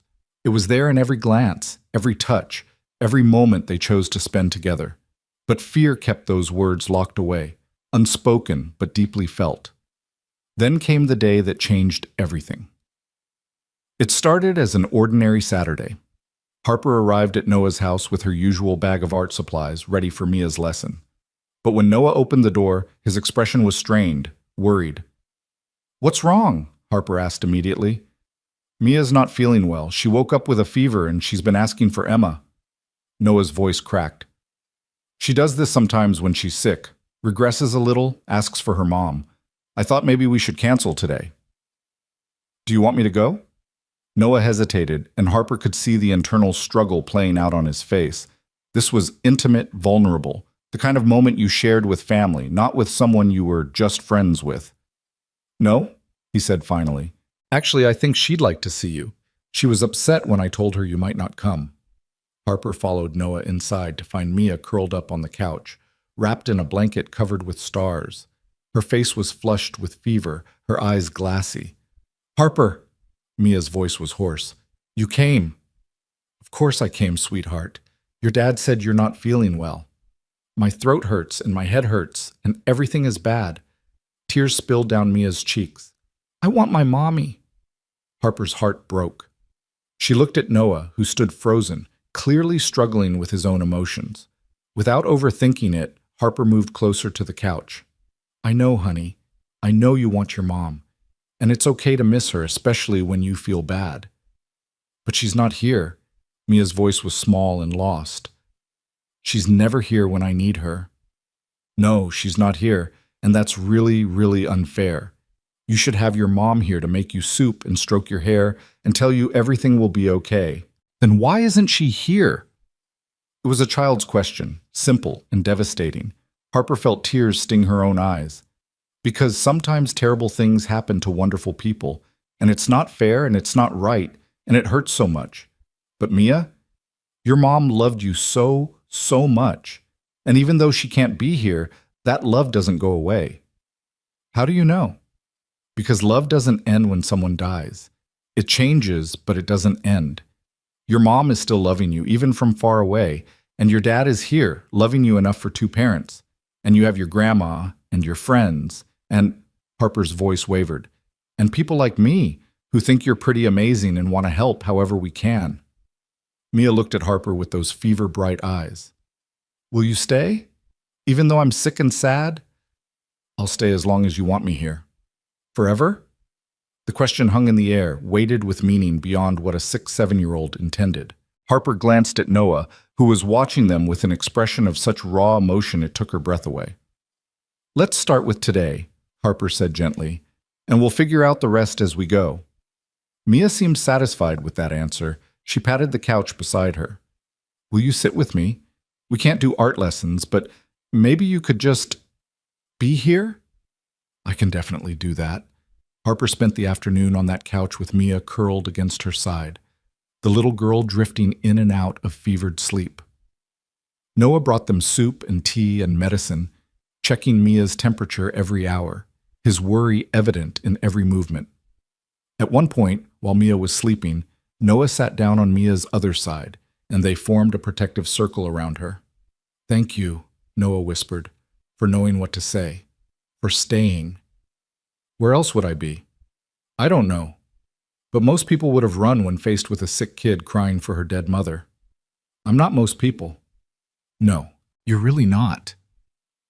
They sat in silence for a while, listening to Mia's breathing, the rain starting outside the window. It felt domestic and intimate in a way that should have scared Harper, but instead felt right. Can I tell you something? Noah said quietly. Always. When Emma was dying, she made me promise something. She said, "Don't let grief make you forget how to love. Don't let my death be the reason you stop living." And I tried, Harper. I really tried. But for 3 years, I just went through the motions. I took care of Mia and went to work and pretended I was okay. But I wasn't living. I was just existing. Harper took his hand, threading their fingers together. Then I met you, Noah continued, and suddenly I remembered what it felt like to want to wake up in the morning, to look forward to something, to feel like maybe there was still joy left in the world. He turned to look at her, his eyes bright with unshed tears. You brought me back to life, Harper. You and your terrible jokes and your too loud laugh, and your way of seeing beauty in everything. You reminded me what it felt like to be human again. Harper couldn't speak past the lump in her throat. She wanted to tell him that he'd done the same for her, that he'd shown her that her life wasn't over, that she was still capable of connection and joy and maybe even love. But the words wouldn't come. So instead she squeezed his hand and leaned her head against his shoulder, and they sat like that, two broken people holding each other together while a little girl slept between them, dreaming of mothers and stars and love that never dies. Mia's fever broke that evening, and she woke up more like herself, asking for crackers and juice and declaring that she felt much better actually, maybe even well enough for ice cream. Nice try, Bug, Noah said, but it's crackers and rest for you. Harper, can you tell Daddy that ice cream is medicinal? I'm not getting in the middle of this. You're supposed to be on my side. I'm on the side of whatever your dad thinks is best. Mia groaned dramatically, but accepted her crackers with grace. Harper stayed for dinner, more soup, simple and warm, and helped Noah coax Mia into eating even though she claimed she wasn't hungry. As the evening wore on and Mia's energy flagged, Noah carried her to bed. Harper started gathering her things, assuming she should leave and give them space for their bedtime routine. Don't go yet, Noah said when he returned. Please, I want to talk to you about something. Harper's heart started racing. Okay. They sat on the couch, the space where Mia had been now empty between them. Noah looked nervous, his hands fidgeting with a throw pillow. Today was hard, he started. Seeing Mia like that, missing Emma. It brought up a lot of stuff I thought I'd worked through. That's understandable. But it also made me realize something. Harper, I've been telling myself that I'm not ready for a relationship, that it's too soon, that I need more time, that I owe it to Emma's memory to stay alone, but that's bullshit. Harper's eyes widened at the vehemence in his voice. Emma didn't want me to be alone. She wanted me to be happy. And I've been using my grief as an excuse to keep you at arm's length, because I'm scared. Noah took a shaky breath. But watching you today with Mia, seeing how naturally you fit into our lives, how much you care about both of us, I realized I'm more scared of losing you than I am of trying. Noah? Wait, let me finish. I know we said we'd take this slow, and we can still do that, but I need you to know where I stand. I'm not looking for just a friend anymore. I haven't been for weeks, if I'm honest. I'm falling in love with you, Harper. Maybe I've already fallen. And I don't want to waste any more time pretending otherwise.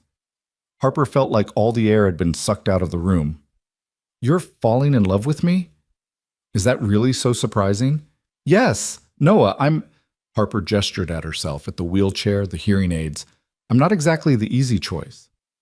Love isn't about easy. It's about right. And you feel right, Harper. You feel like someone I could build a life with. You feel like home.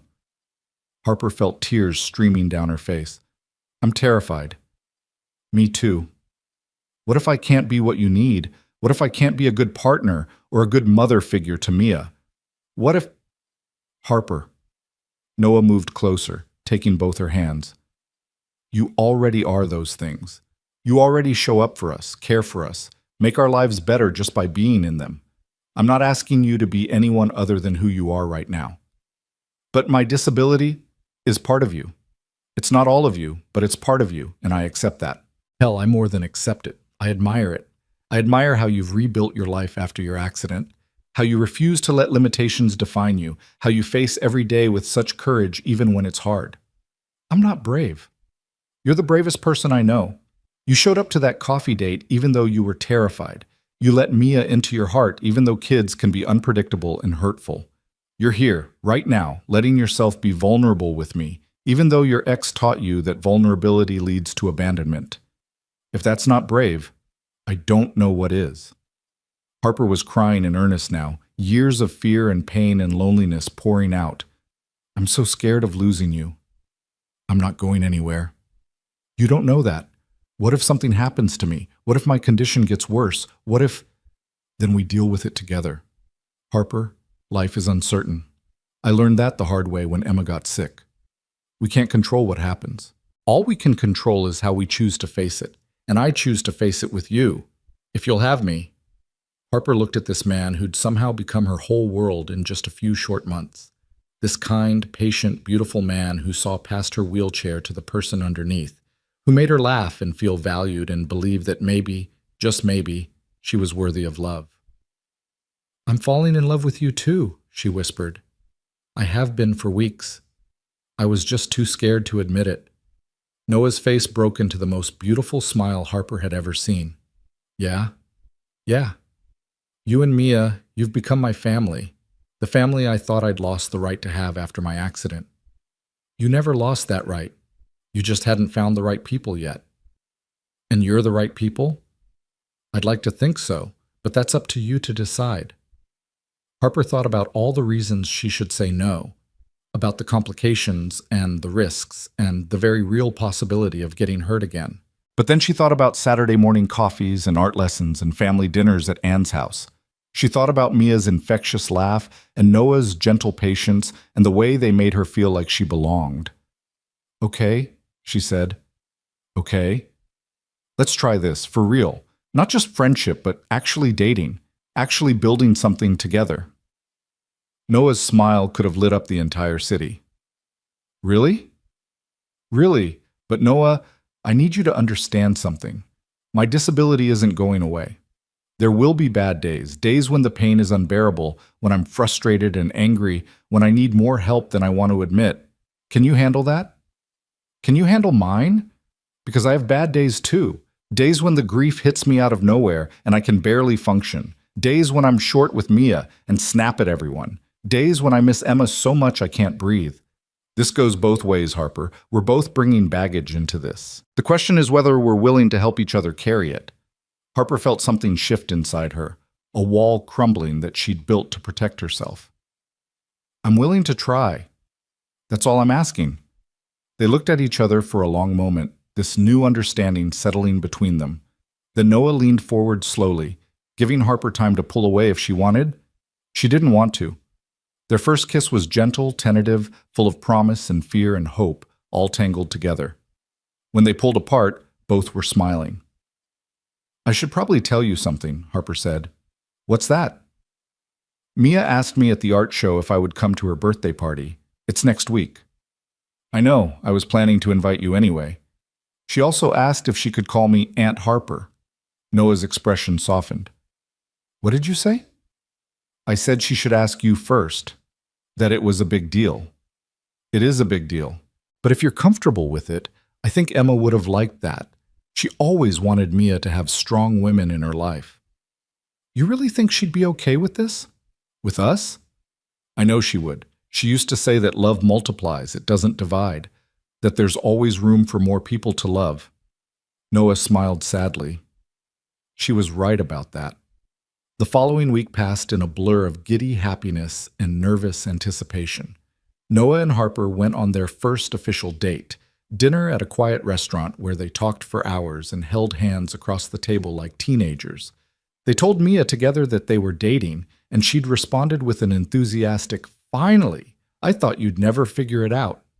Marcus and Jasmine were equally insufferable, both claiming credit for the relationship and demanding to be in the wedding party when the time comes.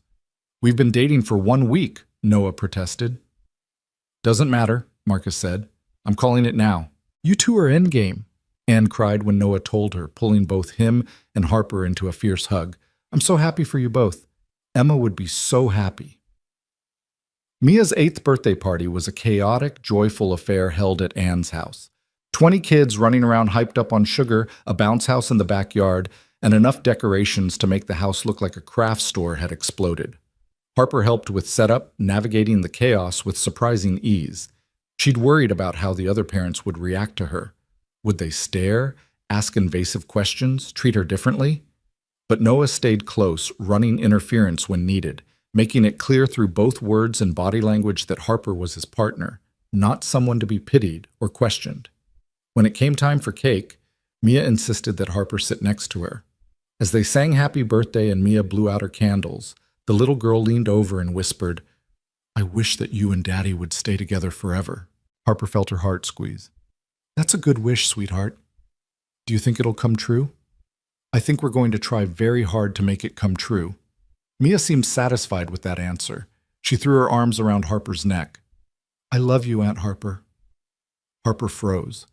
Noah had said Mia could call her that, but hearing the words out loud was different. It made everything real in a way that both thrilled and terrified her. I love you too, Mia, Harper managed, her voice thick with emotion. Later, after most of the guests had left and Mia was showing her presents to anyone who would listen, Anne pulled Harper aside. I wanted to give you something, Anne said, pulling a small box from her pocket. I've been holding on to this, waiting for the right moment. Harper opened the box to find a delicate silver bracelet with a single charm, a small star. It was Emma's, Anne explained. She wore it every day.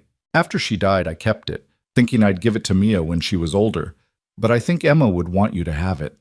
Anne, I can't. Please, you're not replacing Emma. No one could. But you're becoming part of this family, and Emma would want you to know that you're welcome here, that we see you, we value you, and we're grateful for what you've brought to Noah and Mia's lives. Harper looked down at the bracelet, at this tangible piece of the woman whose place she was, in some ways, filling. It should have felt wrong or uncomfortable. Instead, it felt like a blessing. Thank you, Harper whispered. I'll treasure it.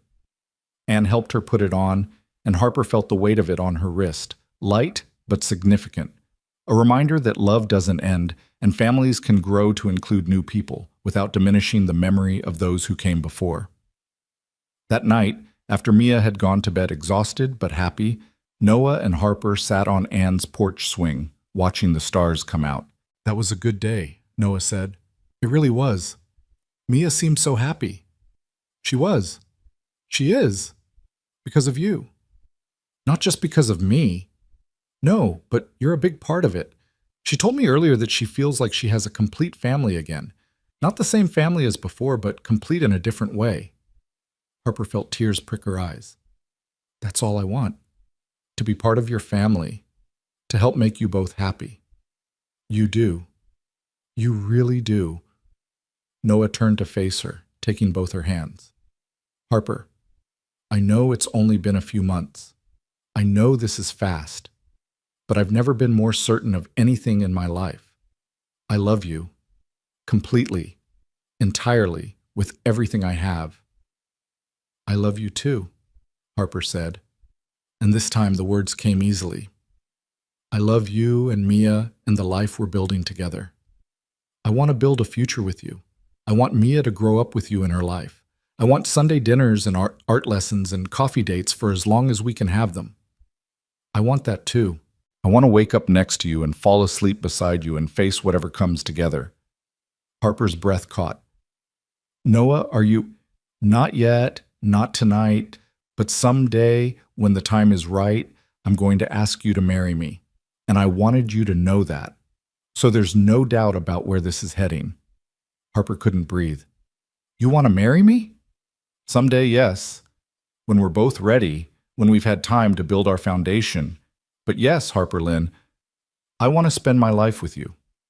Even knowing all my complications, all my challenges, especially knowing them.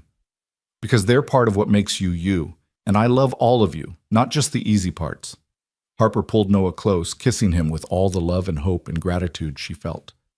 When they broke apart, she was crying again, but this time they were happy tears. "Yes," she whispered. "Yes, what?" "Yes, someday. Yes to building a life together. Yes to being Mia's other parent. Yes to waking up beside you and facing challenges together and all of it." Noah's smile was radiant. "You're sure?" "I've never been more sure of anything. You and Mia, you're my family now. You're my home." They sat on that porch swing for hours, talking about the future they wanted to build together. They talked about moving in together eventually, maybe buying a house with better accessibility. They talked about Mia's education and Harper's career and how to blend their lives in a way that honored the past while embracing the future. They talked about Emma too, about keeping her memory alive for Mia, about making sure she always knew she had two mothers who loved her, one in heaven and one here on earth. "I'll never try to replace her," Harper said. "I know. And that's one of the reasons I love you. You understand that Emma is part of our story. You don't see her as competition or a ghost to banish. You see her as someone who helped make us who we are. She gave you and Mia so much love. I'm grateful for that. And now you're adding your own love to what she started. That's not replacement, Harper. That's continuation." 9 months after that disastrous blind date that had started with tears and almost ended before it began, Noah took Harper back to Haven Brew Cafe. It was a Saturday morning, warm and clear, with the kind of brilliant sunshine that Seattle saved for special occasions. They sat at the same table where they'd first really talked, where two broken strangers had decided to give each other a chance.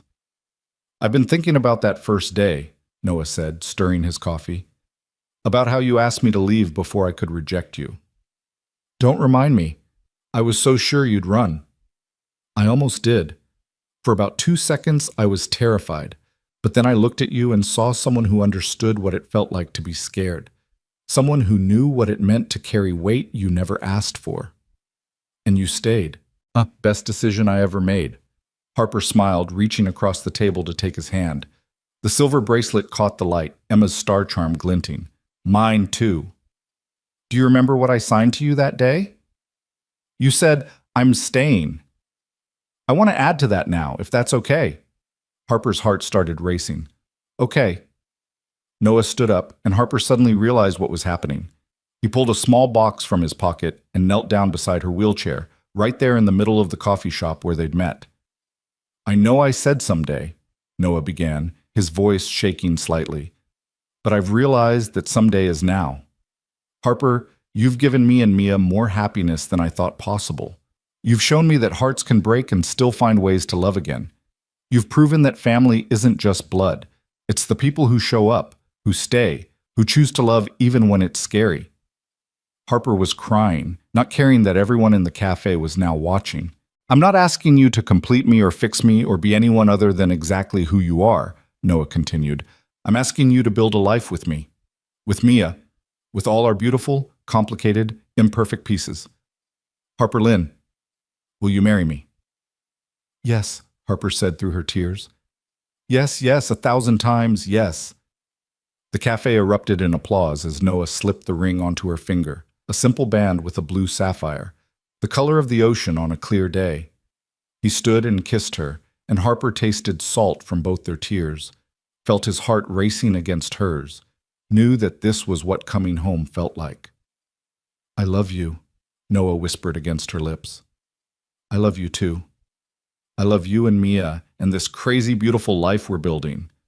Speaking of Mia, as if on cue, the cafe door opened and Mia burst in, followed by Anne and Marcus and Jasmine, all of them grinning like conspirators. "Did you say yes?" Mia shouted, running toward them. "I said yes."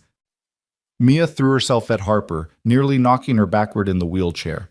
"You're going to be my mom now, my real mom." "If that's okay with you," Harper said carefully. "It's more than okay. It's perfect. Everything is perfect." Anne was crying, pulling both Noah and Harper into a hug. Marcus and Jasmine were arguing about who had actually set them up, both claiming full credit. The barista with purple hair brought them complimentary coffees and congratulated them enthusiastically. It was chaos and noise and absolutely perfect. Later that day, back at Noah's house, the house that would soon be Harper's house too. They told Mia the full story. About the blind date gone wrong, about how scared they'd both been, about how they'd almost let fear keep them apart. "But you didn't let fear win," Mia said wisely. "You were brave." "We were terrified," Harper corrected, "but you did it anyway. That's what brave means." Out of the mouths of babes, Harper thought. That night, after Mia had finally been persuaded to go to bed, only after making Harper promise approximately 17 times that she wasn't leaving, Noah and Harper sat on his couch, Harper's head on his shoulder, his arm around her waist. "Are you happy?" Noah asked softly.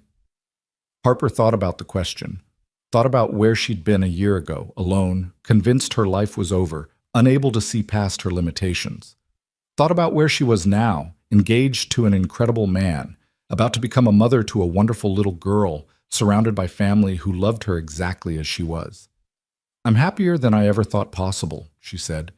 "I thought the accident took everything from me, but it led me here, to you and Mia, and I wouldn't change that for anything." "Not even to have your old life back?" Harper considered this carefully. "My old life wasn't bad, but this life with you, is better than anything I could have planned. You taught me that broken things can still be whole, that ending isn't the same as over, that love can grow in the spaces left by loss. You taught me the same things. Then I guess we're pretty good for each other." The best.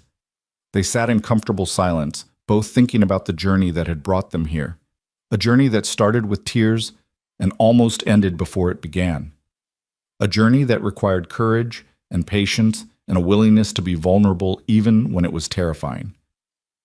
"Noah?" Harper said after a while. "Yeah? Thank you for staying. That first day at the cafe when I asked you to leave, thank you for staying. Thank you for letting me, for giving us a chance. I'm glad I did." "Me too." Outside, the Seattle rain started again, gentle drops patting against the windows. But inside, Noah's house was warm and bright and full of love. The kind of love that survives tragedy. The kind of love that chooses to hope even when hope seems impossible. The kind of love that proves, again and again, that hearts can break and still find ways to open. Mia called out from her room, asking for water, and they both smiled. "I'll get it," Harper said, starting to stand. "We'll both go," Noah said, taking her hand. And they did, together, the way they'd face everything from this moment forward, hand in hand, heart to heart, choosing each other again and again, one moment at a time. Because that's what love is, Harper realized. Not a fairy tale where everything is perfect, not a tragedy where loss defines everything, but a choice to show up, to stay, to keep building something beautiful even when it's hard. A choice they'd made once on a rainy day in a coffee shop when two strangers decided to give each other a chance. A choice they'd keep making for the rest of their lives.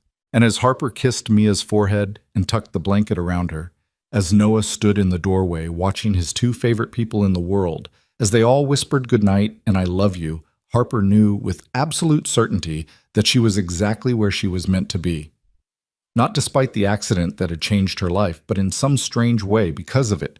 Because it had led her here, to this family, to this love, to this beautiful, imperfect, absolutely perfect life. The blind date that started with tears had become a love story that would last forever. And Harper Lynn, who once thought she'd never smile again, couldn't stop smiling.